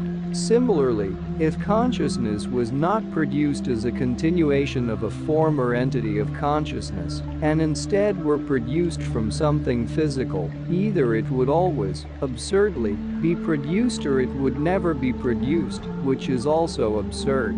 This indicates that consciousness is a continuation of a former entity of consciousness. Because consciousness is based in a former moment of consciousness, there can be no beginning to its continuum. There is no beginning of consciousness, and there is no end to it. This continuum makes possible the transformation of the mind into improved states. When the mental continuum is associated with impure states, our experience is limited to the realm of cyclic existence. When the mental continuum breaks free from impure states, we can achieve nirvana. In this way, all phenomena are the artifice, or sport, of the mind. The impure phenomena of cyclic existence are the sport of impure mind. The pure phenomena of nirvana are the sport of pure mind. Falta states often depend upon ignorance. Since it is said that in the mind is not to be found. The nature of the mind is clear light. Impure states of mind such as desire and hatred are not part of the nature of mind and must be produced by ignorance or consciousness misconceiving inherent existence either in the present moment or from an earlier source. All faulty states of mind have mistaken consciousness as their root. Ignorance is a form of consciousness that is mistaken with respect to the object of its attention. It is wrong about it. It has no valid cognition as its root. A mistaken awareness and an awareness with a valid foundation have contradictory ways of apprehending phenomena, so the one harms the other. When, in your practice, you become accustomed to correct attitudes, faulty states of mind naturally diminish until finally they are extinguished. The very system of the Buddhist teaching is based on natural contradiction. We want happiness and do not want suffering. The pain we seek to avoid mainly stems from mental attitudes, and since the source of mental suffering is afflictive emotions either directly or indirectly, we have to consider whether there are any forces opposing them. If, for instance, anger causes suffering, then we must find a contradictory force. For anger it is love and compassion. Although anger and love-compassion are all consciousnesses, they have contradictory ways of apprehending the same object. Their realizations are opposites. Similarly, if a room is too hot, There is no way to reduce the heat but to introduce cold. Just as heat and cold oppose each other, so too do opposing mental states, pure and impure. To the extent you develop one, the other decreases. Therefore, it is possible to remove faulty states of mind. Antidotes exist. Union of the conventional and ultimate. The mind itself is a conventional truth. The reality of the mind, its emptiness of inherent existence, is its ultimate truth. These two truths are contained in one indivisible entity. Just as there is a union of the two truths, conventional and ultimate, with respect to the mind, so there is a union of the two truths with respect to each and every object. Its appearance is a conventional truth, and its emptiness of inherent existence is its ultimate truth. Final reality is known through the reasoning of dependent arising. For instance, because the mind is a dependently arisen entity, the mind is empty of inherent existence. When you understand emptiness through the reasoning of dependent arising, you realize that all phenomena are unions of dependent arising and emptiness. Appearance and emptiness are perceived as harmonious. Dependently arisen appearances of conventional phenomena provide the context for teaching compassion called the vast path, as there is such a huge variety of appearances. The emptiness of the inherent existence of appearances provides the basis for teaching what is known as the profound path, because emptiness is thefanal naturia phenomena peaceful, free from conceptualizations, and of one taste. Through meditatively cultivating these two paths, the vast aspect of compassion and the profound wisdom of emptiness in an inseparable way, faulty states of mind in your continuum undergo gradual transformation. They are gradually removed, and the excellent attributes of a Buddha's mind and body emerge. Buddhahood is achieved through the unified cultivation of both motivation and wisdom. However, motivation and wisdom have their own respective imprints on Buddhahood. The result of cultivating motivation is the form bodies of a Buddha, which exist for the sake of fulfilling the well-being of others. The imprint of cultivating wisdom is the truth body of a Buddha, which is the fulfillment of your own development. What are the main forms of motivation and wisdom? The primary motivation is another directed intention to become enlightened, inspired by love and compassion and inspiring the practice of compassionate deeds such as giving, morality, and patience. The main form of wisdom is an intelligent consciousness realizing the emptiness of inherent existence. The foundations of Buddhism have three aspects. Thebasisis, the two truths, conventional and ultimate. From these two truths the path emerges with the twin factors of motivation and wisdom, each related to its respective truth. The fruit or result of travel on the path is actualization of the two bodies, the form bodies and truth body of a Buddha. To bring this all together, on the basis of the two truths conventional and ultimate, you practice the two qualities of the path, motivation and wisdom, which leads you to achieve the fruit, the form and truth bodies of a Buddha. Summary for daily practice. Identify the luminous and knowing nature of the mind, unclouded by thoughts.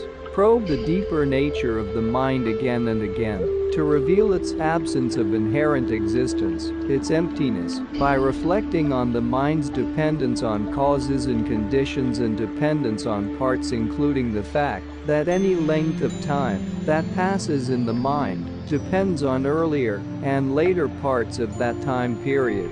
Try to realize the compatibility of the appearance of the mind with its emptiness of inherent existence. See how these two mutually support each other.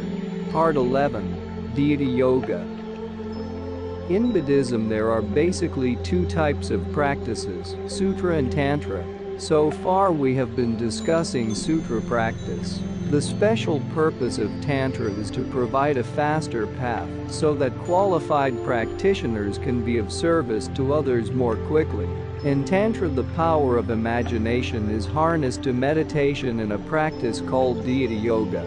In this practice you imagine one replacing your mind as it ordinarily appears, full of troubling emotions, with a mind of pure wisdom motivated by compassion. 2. Substituting your body as it ordinarily appears, composed of flesh, blood, and bone, with a body fashioned from compassionately motivated wisdom. 3. Developing a sense of a pure self that depends on purely appearing mind and body in an ideal environment, fully engaged in helping others.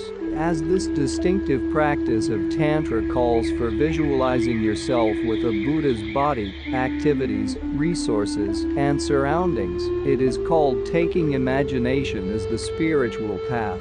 Let us consider a qualm about this practice. You are considering yourself to have Buddha qualities which you presently do not have. Is this, then, a correct type of meditative consciousness?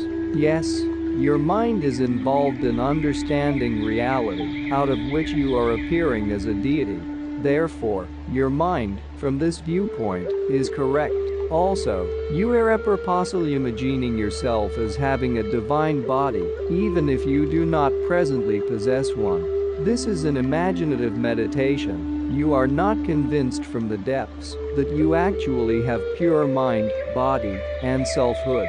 Rather, based in clear imagination of ideal body and mind, you are cultivating the sense of being a deity, compassionately helping others.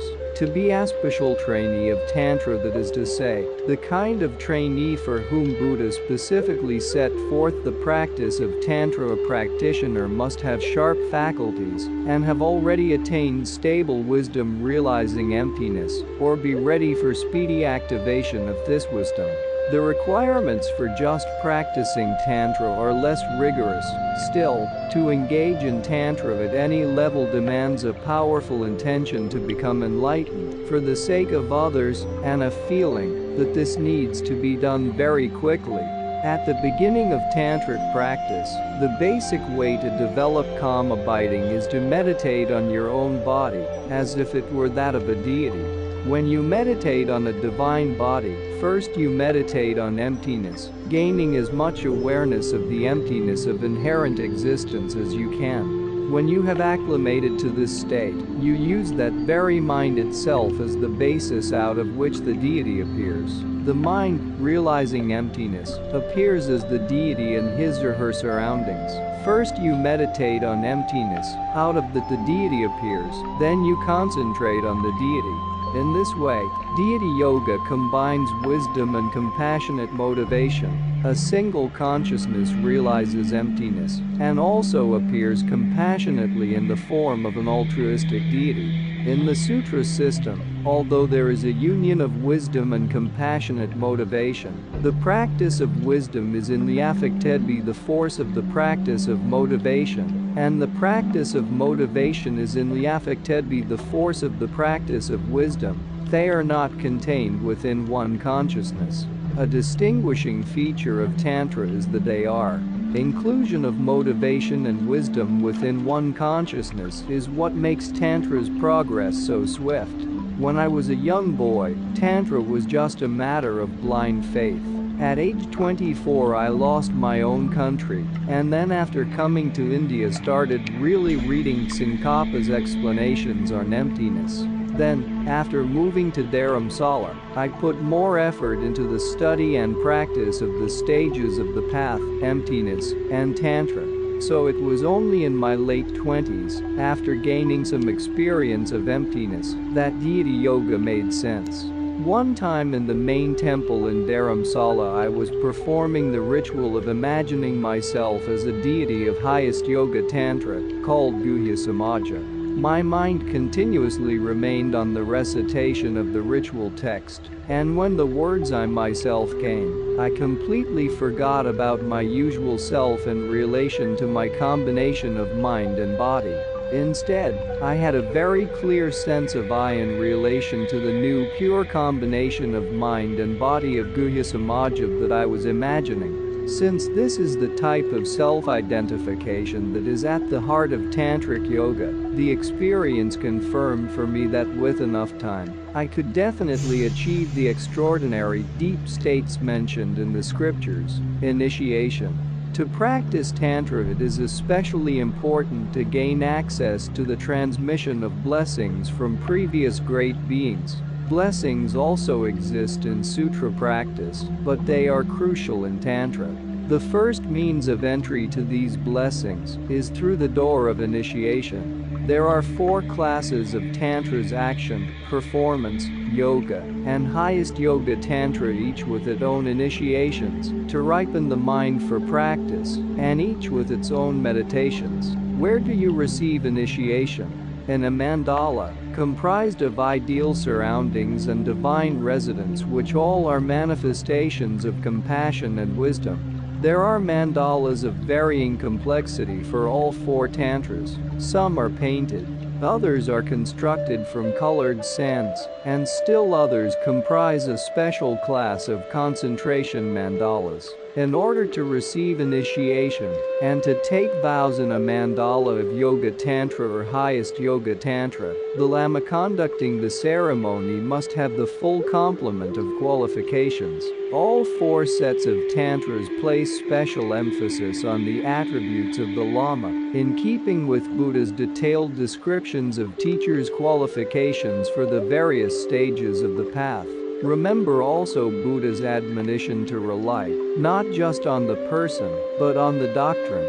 You should not be overwhelmed by a teacher's reputation. Most important, the teacher must know the doctrine, the practices, well, pledges and vows. In the 2 lower Tantra sets, action and performance, there is no clear indication that tantric vows must be taken upon initiation. Nevertheless, there are many pledges to be kept.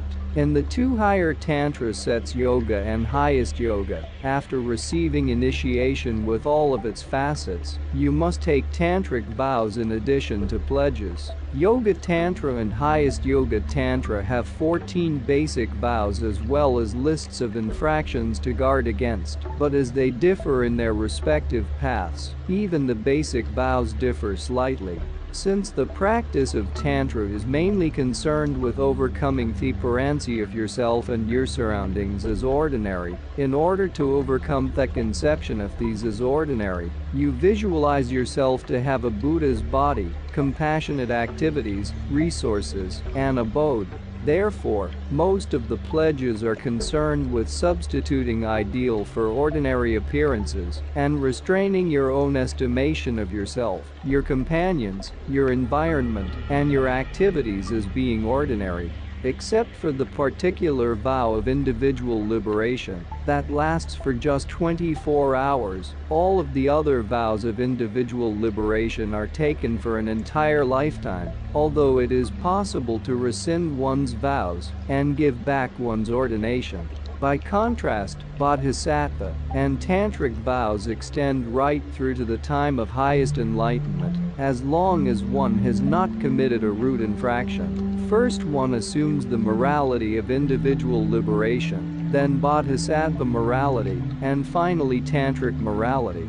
Householders who take the bodhisattva and tantric vows keep a householder's version of the vows of individual liberation. The Kalachakra Tantra, which flourished during the 11th century in India and became a principal tantra of the new translation schools in Tibet, states that if there are 3 teachers of Tantra, one with householder's vows, another with vows of a novice monastic, and a third with the vows of a full-fledged monastic, the person who has taken the vows of a full-fledged monastic should be considered higher than the others. This indicates the high estimation that even this tantric system places on the monastic morality.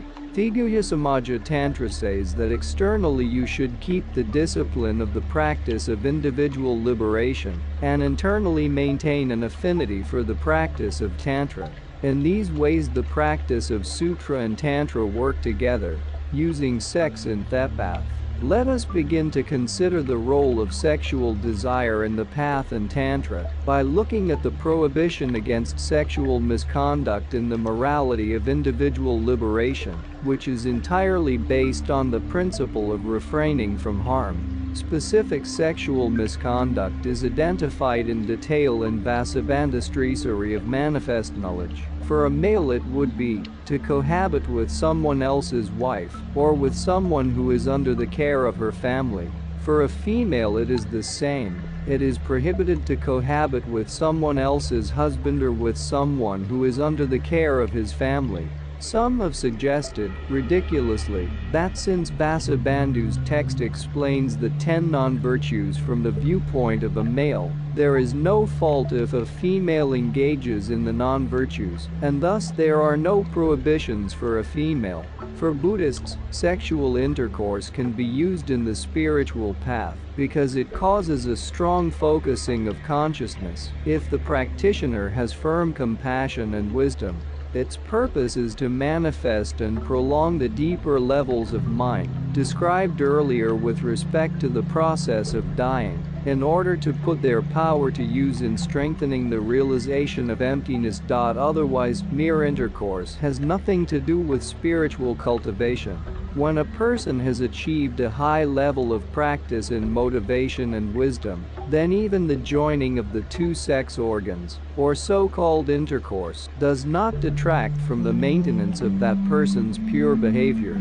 Yogis who have achieved a high level of the path and are fully qualified can engage in sexual activity, and a monastic with this ability can maintain all the precepts. One Tibetan yogi adept, when criticized by another, said that he ate meat and drank beer as offerings to the mandala deity.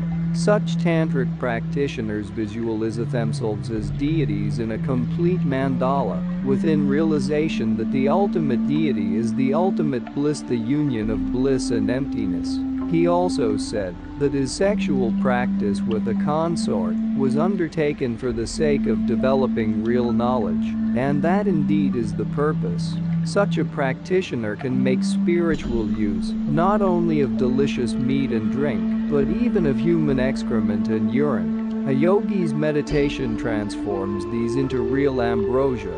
For people like us, however, this is beyond our reach. As long as you cannot transform piss and shit, these other things should not be done. Buddha set out a specific series of stages on the path precisely for this reason. The preliminary stage is training in the vows of individual liberation. If you live as a monk or nun, your conduct has a more sound basis. There is little danger of excessive distraction. Even if you cannot fully implement such vows, there is not much risk.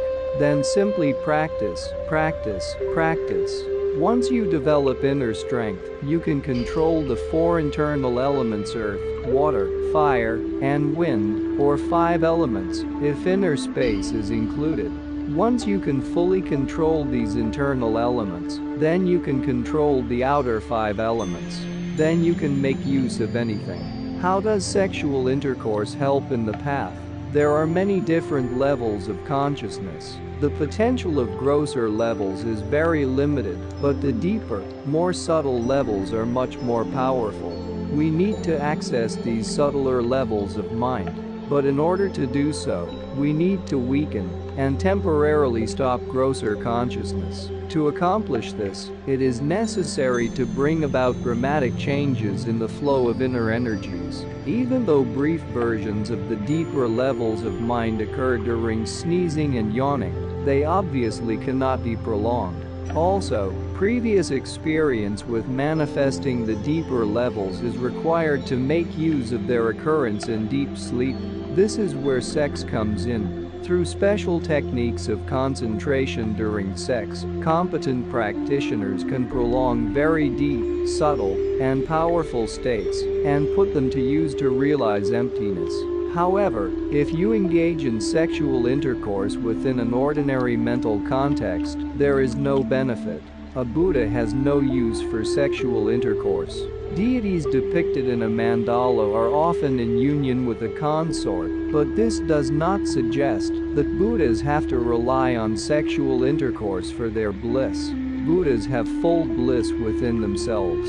Deities in Yunnan spontaneously appear in mandalas for the benefit of people with very sharp faculties who can make use of a consort and the bliss of sexual union in practicing the quick path of Tantra.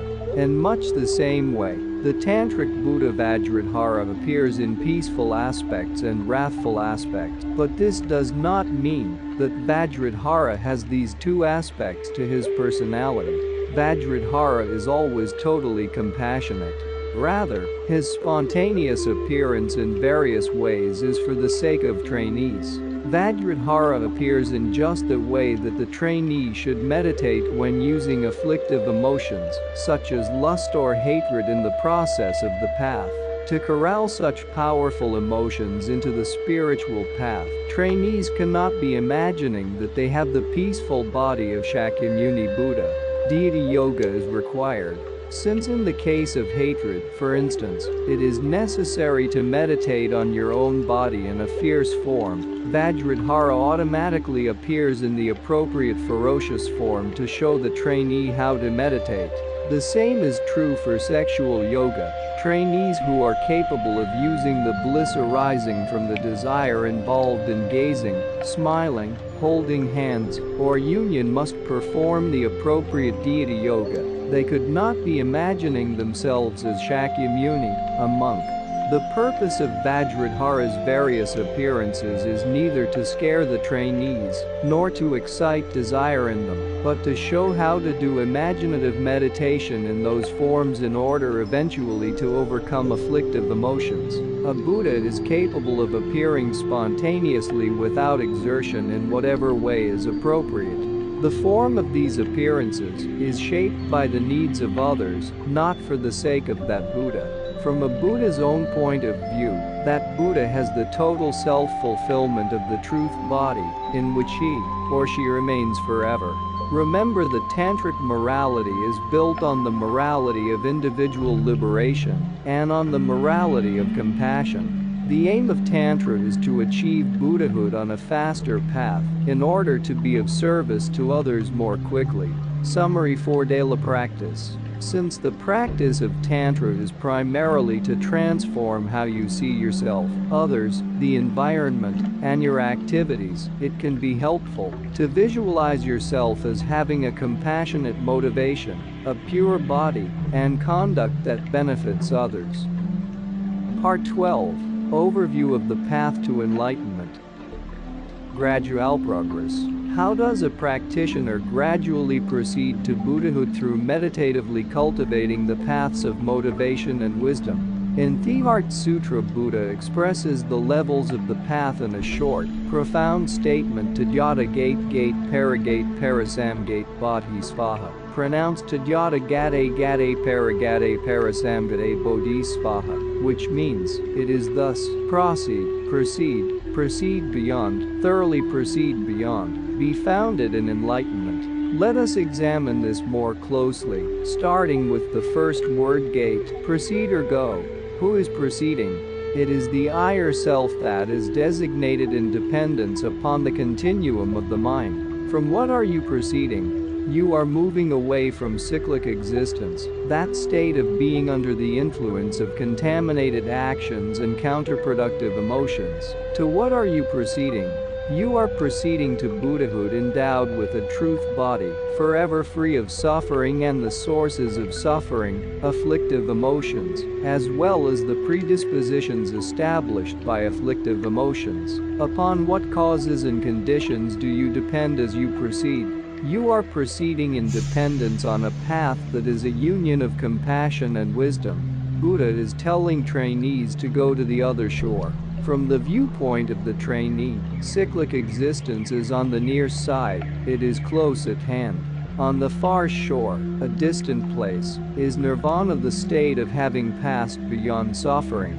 The fifth paths. When Buddha says Tadyata gate gate paragate parasamgata bodhisvaha, it is thus, proceed beyond, thoroughly proceed beyond, be founded in enlightenment. He is telling trainees to proceed over the five paths: gate, the path of accumulation; gate, the path of preparation; paragate, the path of seeing; Parasamgate, the path of meditation. Bodhi, the path of no more learning.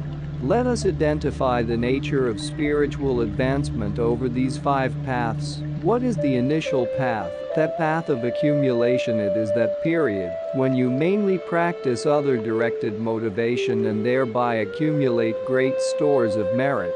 Also, although you are practicing a union of motivation and wisdom, your realization of emptiness has not reached the level of mutually supportive stabilizing meditation, an analytical meditation called a state arisen from meditation. On this path you achieve powerfully concentrated meditation and are working toward a state arisen from meditation realizing emptiness. At the point at which you achieve a state of wisdom arisen from meditation realizing emptiness, you pass to the path of preparation. By becoming more and more familiar with this state, together with cultivating compassionate motivation, you gradually perceive the appearance of emptiness more clearly over the 4 levels of the path of preparation: heat, peak, forbearance, and highest mundane qualities. Eventually emptiness is realized directly, without even subtle contamination from dualistic appearance, which has vanished. This is the beginning of the path of seeing, the path of initial direct realization of the truth concerning the deep nature of phenomena. At this point in the great vehicle, the 10 bodhisattva levels, called grounds because on them special spiritual qualities are engendered, begin. During the path of seeing and path of meditation, 2 types of obstructions, intellectually acquired and innate, are respectively overcome. Intellectually acquired states of mind come about through adherence to false systems. For example, there are followers of some Buddhist schools who believe that phenomena conventionally exist by way of their own character, based on the UNFOUNDED reasoning that, if phenomena were not established in this way, they could not function. This kind of misconception, polluted by an invalid system of tenets, is called artificial or intellectually acquired. Even if you have acquired no new predispositions through wrong conceptual thinking in this lifetime, everyone has in their mental continuum predispositions established by adhering to wrong views in former lifetimes. By contrast, innate faulty states of mind have existed in all sentient beings from insects to humans since beginningless time, and operate of their own accord without depending on faulty scripture and reasoning. Intellectually acquired, or artificial, obstructions are removed through the path of seeing, whereas innate obstructions are more difficult to overcome, because you have been conditioned to these faulty states of mind since beginningless time. They must be removed by continued meditation on the meaning of emptiness. Because such meditation must take place repeatedly over a long period of time, this phase of the path is called the path of meditation. Indeed, you have meditated on emptiness earlier, but the path of meditation refers to a path of extended familiarization. On this level you pass through the remaining 9 bodhisattva grounds. From among the 10 grounds, the first 7 are called impure, the last 3 are called pure. This is because on the first 7 grounds you are still in process of removing afflictive obstructions, and thus these 7 are not yet purified. Through the first part of the 8th ground you are removing afflictive emotions. The balance of the 8th, 9th, and 10th grounds enable you to overcome the obstructions to omniscience. Now, through using the diamond-like concentrated meditation achieved at the end of the 10 bodhisattva grounds, the culmination of still having obstructions yet to be overcome, you can effectively undermine the very subtle obstacles to omniscience. The very next moment of your mind becomes an omniscient consciousness, and simultaneously the deep nature of the mind becomes the nature body of a Buddha. This is the 5th and final path, that path of no more learning. From the very subtle wind, or energy which is one entity with that mind, various pure and impure physical forms spontaneously spring forth to assist sentient beings. These are called the form bodies of a Buddha. This is Buddhahood, a state of being a source of help and happiness for all sentient beings. Let me take a moment here to address the many misconceptions about whether or not women can attain Buddhahood. In the Sutra Great Vehicle, there is no indication that a woman cannot achieve Buddhahood. However, the texts state that, during the practices for accumulating merit over 3 periods of countless great eons, you will arrive at a time when the karma you are working at will mature as the physical marks and beauties of a Buddha. At this time, according to the Sutra Great Vehicle, it helps to have strong physical support, so you naturally come to have the body of a male. Those texts also say that in the final lifetime before you achieve Buddhahood, you need to have the body of a male. However, highest Yoga Tantra, which we consider to be the final system, says that not only can a woman achieve Buddhahood, but she can do so right in this lifetime. Qualities of Buddhahood. In all forms of Buddhism, practice is based on the intention to leave cyclic existence. Additionally, in the Great Vehicle you are motivated by the other concerned intention to become enlightened. In Tantra, through techniques that enhance the development of the concentrated meditation, which is the union of calm abiding and special insight, you can achieve the state of Buddhahood in which all obstructions, the afflictive obstructions preventing liberation from cyclic existence, and the obstructions to omniscience preventing Buddhahood have been removed. A Buddha's qualities are described as different bodies which can be divided into 2 general types. The truth body, for the fulfillment of your own welfare. The form bodies, for the fulfillment of others' welfare. Form bodies, in turn, can be divided by how they appear to beings on different levels of purity and impurity. Highly advanced trainees can access the complete enjoyment body. Other levels of trainees experience a wide variety of emanation bodies.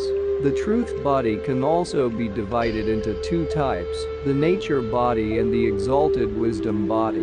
The nature body can be further subdivided into a state of natural purification and a state of purification of adventitious or caused defilements. The exalted wisdom truth body can be further divided according to many different viewpoints. Maitreya's ornament for clear realization specifies 21 sets of uncontaminated exalted wisdoms which can be subdivided into 146 sets. Practicing for Thellingal. This has been a brief explanation of the ground, the 2 truths, conventional and ultimate, the paths built on that ground, motivation and wisdom, the fruits of the paths, the form bodies and truth body of a Buddha. It is helpful to have this overview of the structure of practice, but you need to remember that realization is generated through many causes and conditions: proper understanding, accumulation of merit, and overcoming of obstructions. If you have not first accumulated merit and purified ill deeds, it is difficult to gain realization just from trying to meditate. Therefore, it is important to work through each of the prerequisites. Engagement in the prerequisites is not just a matter of filling some sort of count, or even of completing retreat for 3 years and 3 phases of the moon, as some might imagine from the fact that many retreats take this long, or for any other period of time. Instead, you must accumulate merit and purify obstructions until certain realizations are generated. You may spend your entire lifetime doing so, with the goal of improving future lives. Sometimes, because of a lack of knowledge, people who perform long retreats end up with considerable pride about the mere fact that they finished a retreat. The increase in pride yields an increase in anger, jealousy, and competitiveness. The same can happen with mere book knowledge of doctrine. It is not easy. Afflictive emotions are tricky. Practice is not something you do for a couple of weeks or a couple of years. It takes place over many lifetimes, for eons and eons. As we have seen, some texts say enlightenment is achieved after accumulating the collections of merit and wisdom for 3 periods of countless great eons. If you consider this statement properly, it can encourage you to adopt a patient, persistent attitude through difficult circumstances. If learning this saddens you, this could be due to your desire to achieve Buddhahood swiftly out of your great concern for others. It could also be a sign of insufficient courage. Enlightenment cannot be attained without working hard at it. To believe otherwise means you are harboring some form of selfishness. This is the entire process of the path. Even though Tibetans might not have wealth that can be kept in a wallet, they have this wealth that is kept in the mind. The stated good intentions of the various religions are not sufficient. We must implement them in daily life and society. Then we can know the real value of their teachings. If a Buddhist, for instance, meditates in a temple, but outside the temple does not enact those contemplative ideals, that is not good. We must practice in daily life. The real value of practice is seen when we face a difficult period. When we are happy and everything goes smoothly, then practice seems not so urgent. But when we face unavoidable problems such as sickness, old age, death, or other desperate situations, it becomes crucial to control your anger, to control your emotional feelings, and to use your good human mind to determine how to face that problem with patience and calm. If we practice this way, our first hope is that we may overcome the problem, but if not, at least the problem cannot disturb your mental peace. That is good, is it not? You are facing the situation and retaining your peace of mind without taking drugs or trying to pull your thoughts away from it. That is why we take such great interest in our weekends and vacations. 5 days a week you are very busy, working hard to make money. Then on the weekend you go to some remote place with that money and have a nice time. This means you are trying to take your mind off your problem, but the problem is still there. However, if you have a good mental attitude, it is not necessary to divert yourself. When you can face the situation and analyze the problem, then, like a big piece of ice in the water, it will gradually melt away. If you practice sincerely, you will experience its real value. According to Buddha's own word, his teaching will last here for 5,000 years. At the end of that 5,000 years it will finally be destroyed by someone who is a reincarnation of Buddha himself, since when that day comes there will be no further value in the teaching. However, there are a billion world systems like ours, with limitless billions of those. In some of them the teaching is newly being introduced, and some it is waning.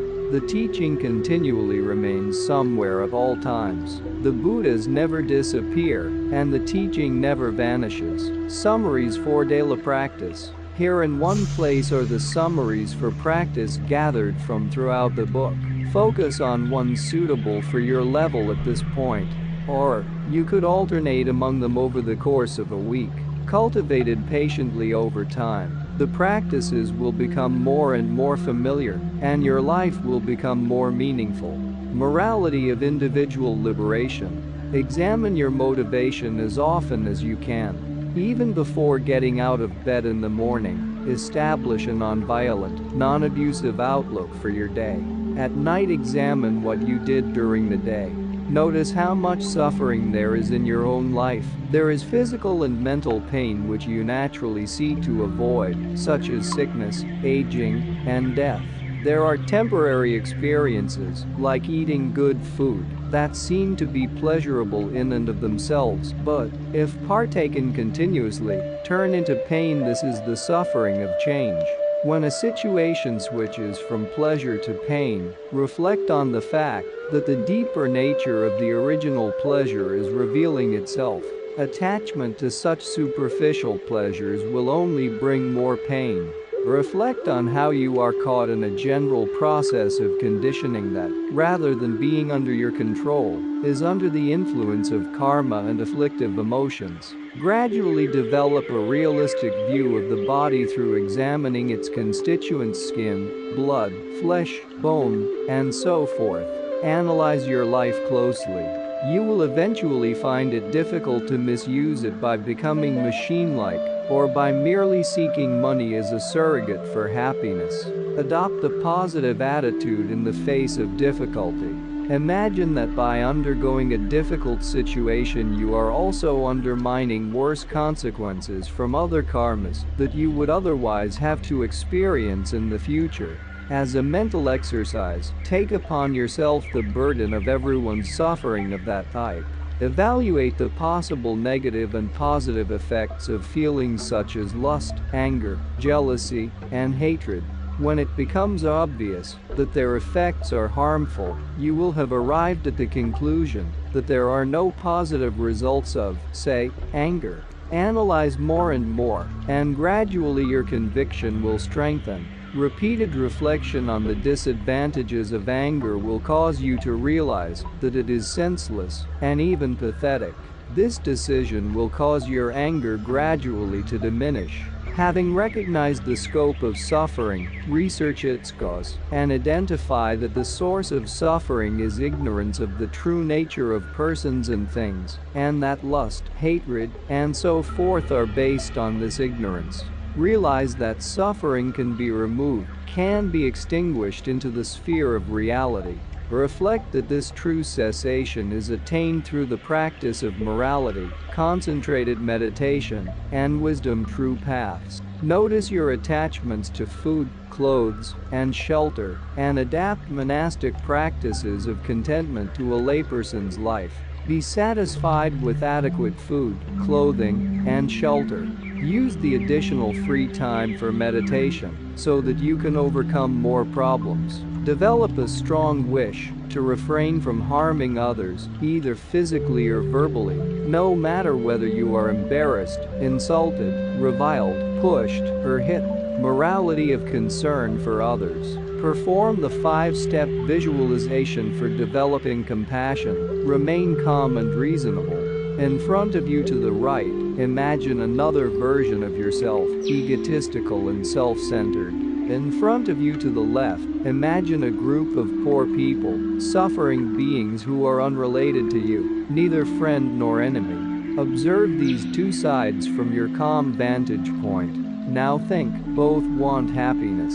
Both want to get rid of suffering. Both have the right to accomplish these goals. Consider this, just as usually we are willing to make temporary sacrifices for a greater long-term good, so the benefit of the larger number of suffering beings to your left is much more important than this single egotistical person on your right. Notice your mind naturally turning to the side of the greater number of people. Perform the ritual for the aspiration to enlightenment.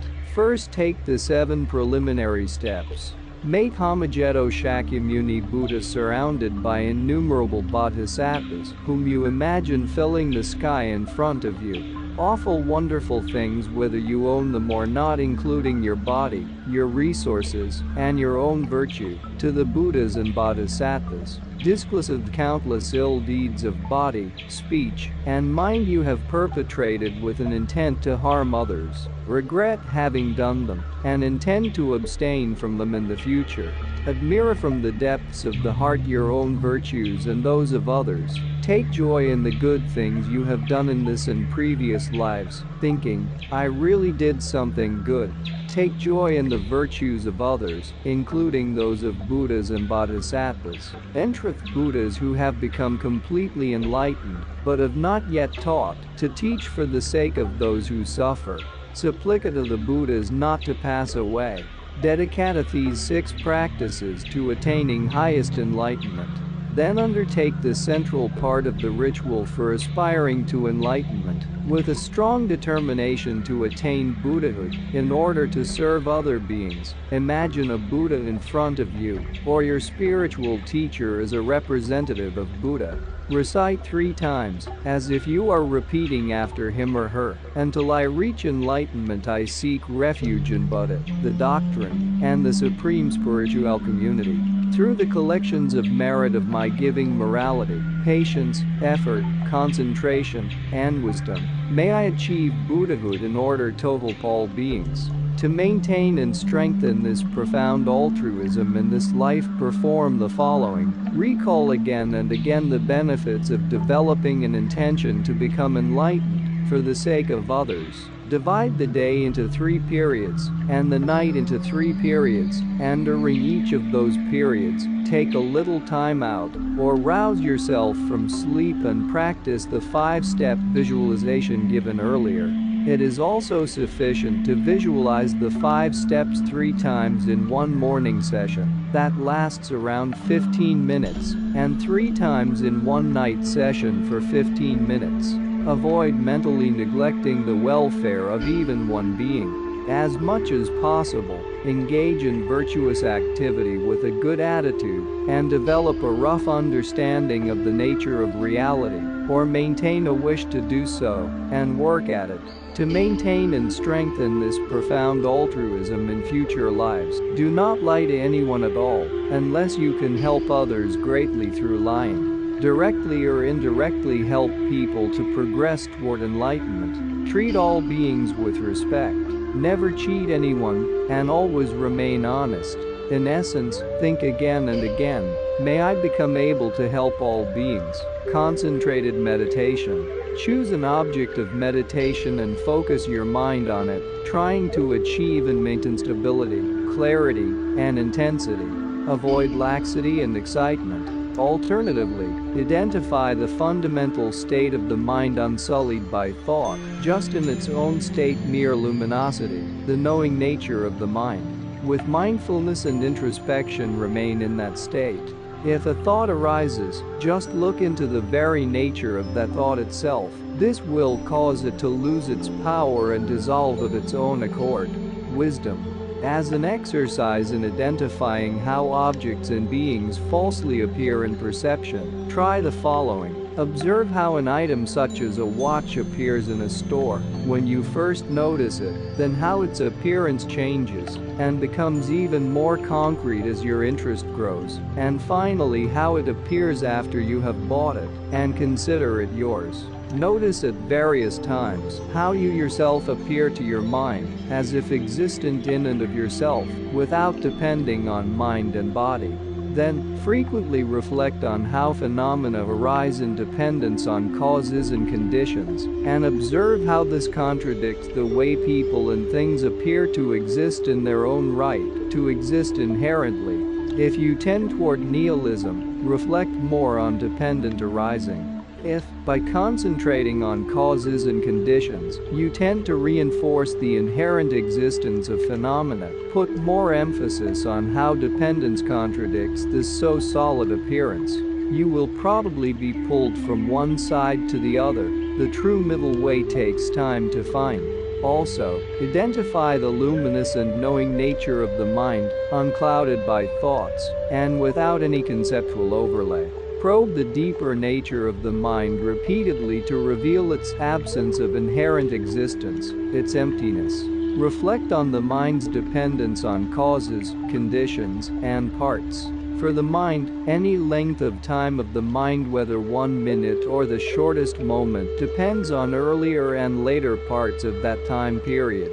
Try to realize the compatibility of the appearance of the mind with its emptiness of inherent existence. See how these two mutually support each other. Tantra. Since the practice of Tantra is primarily to transform how you see yourself, others, and the environment, it can be helpful to visualize yourself as having a compassionate motivation, pure body, and activities benefiting others. Though my own knowledge is limited and my experience is also very poor, I have tried my best to help you understand the full breadth of the Buddha's teaching. Please implement whatever in these pages appears to be helpful. If you follow another religion, please adopt whatever might assist you. If you do not think it would be helpful, just leave it alone.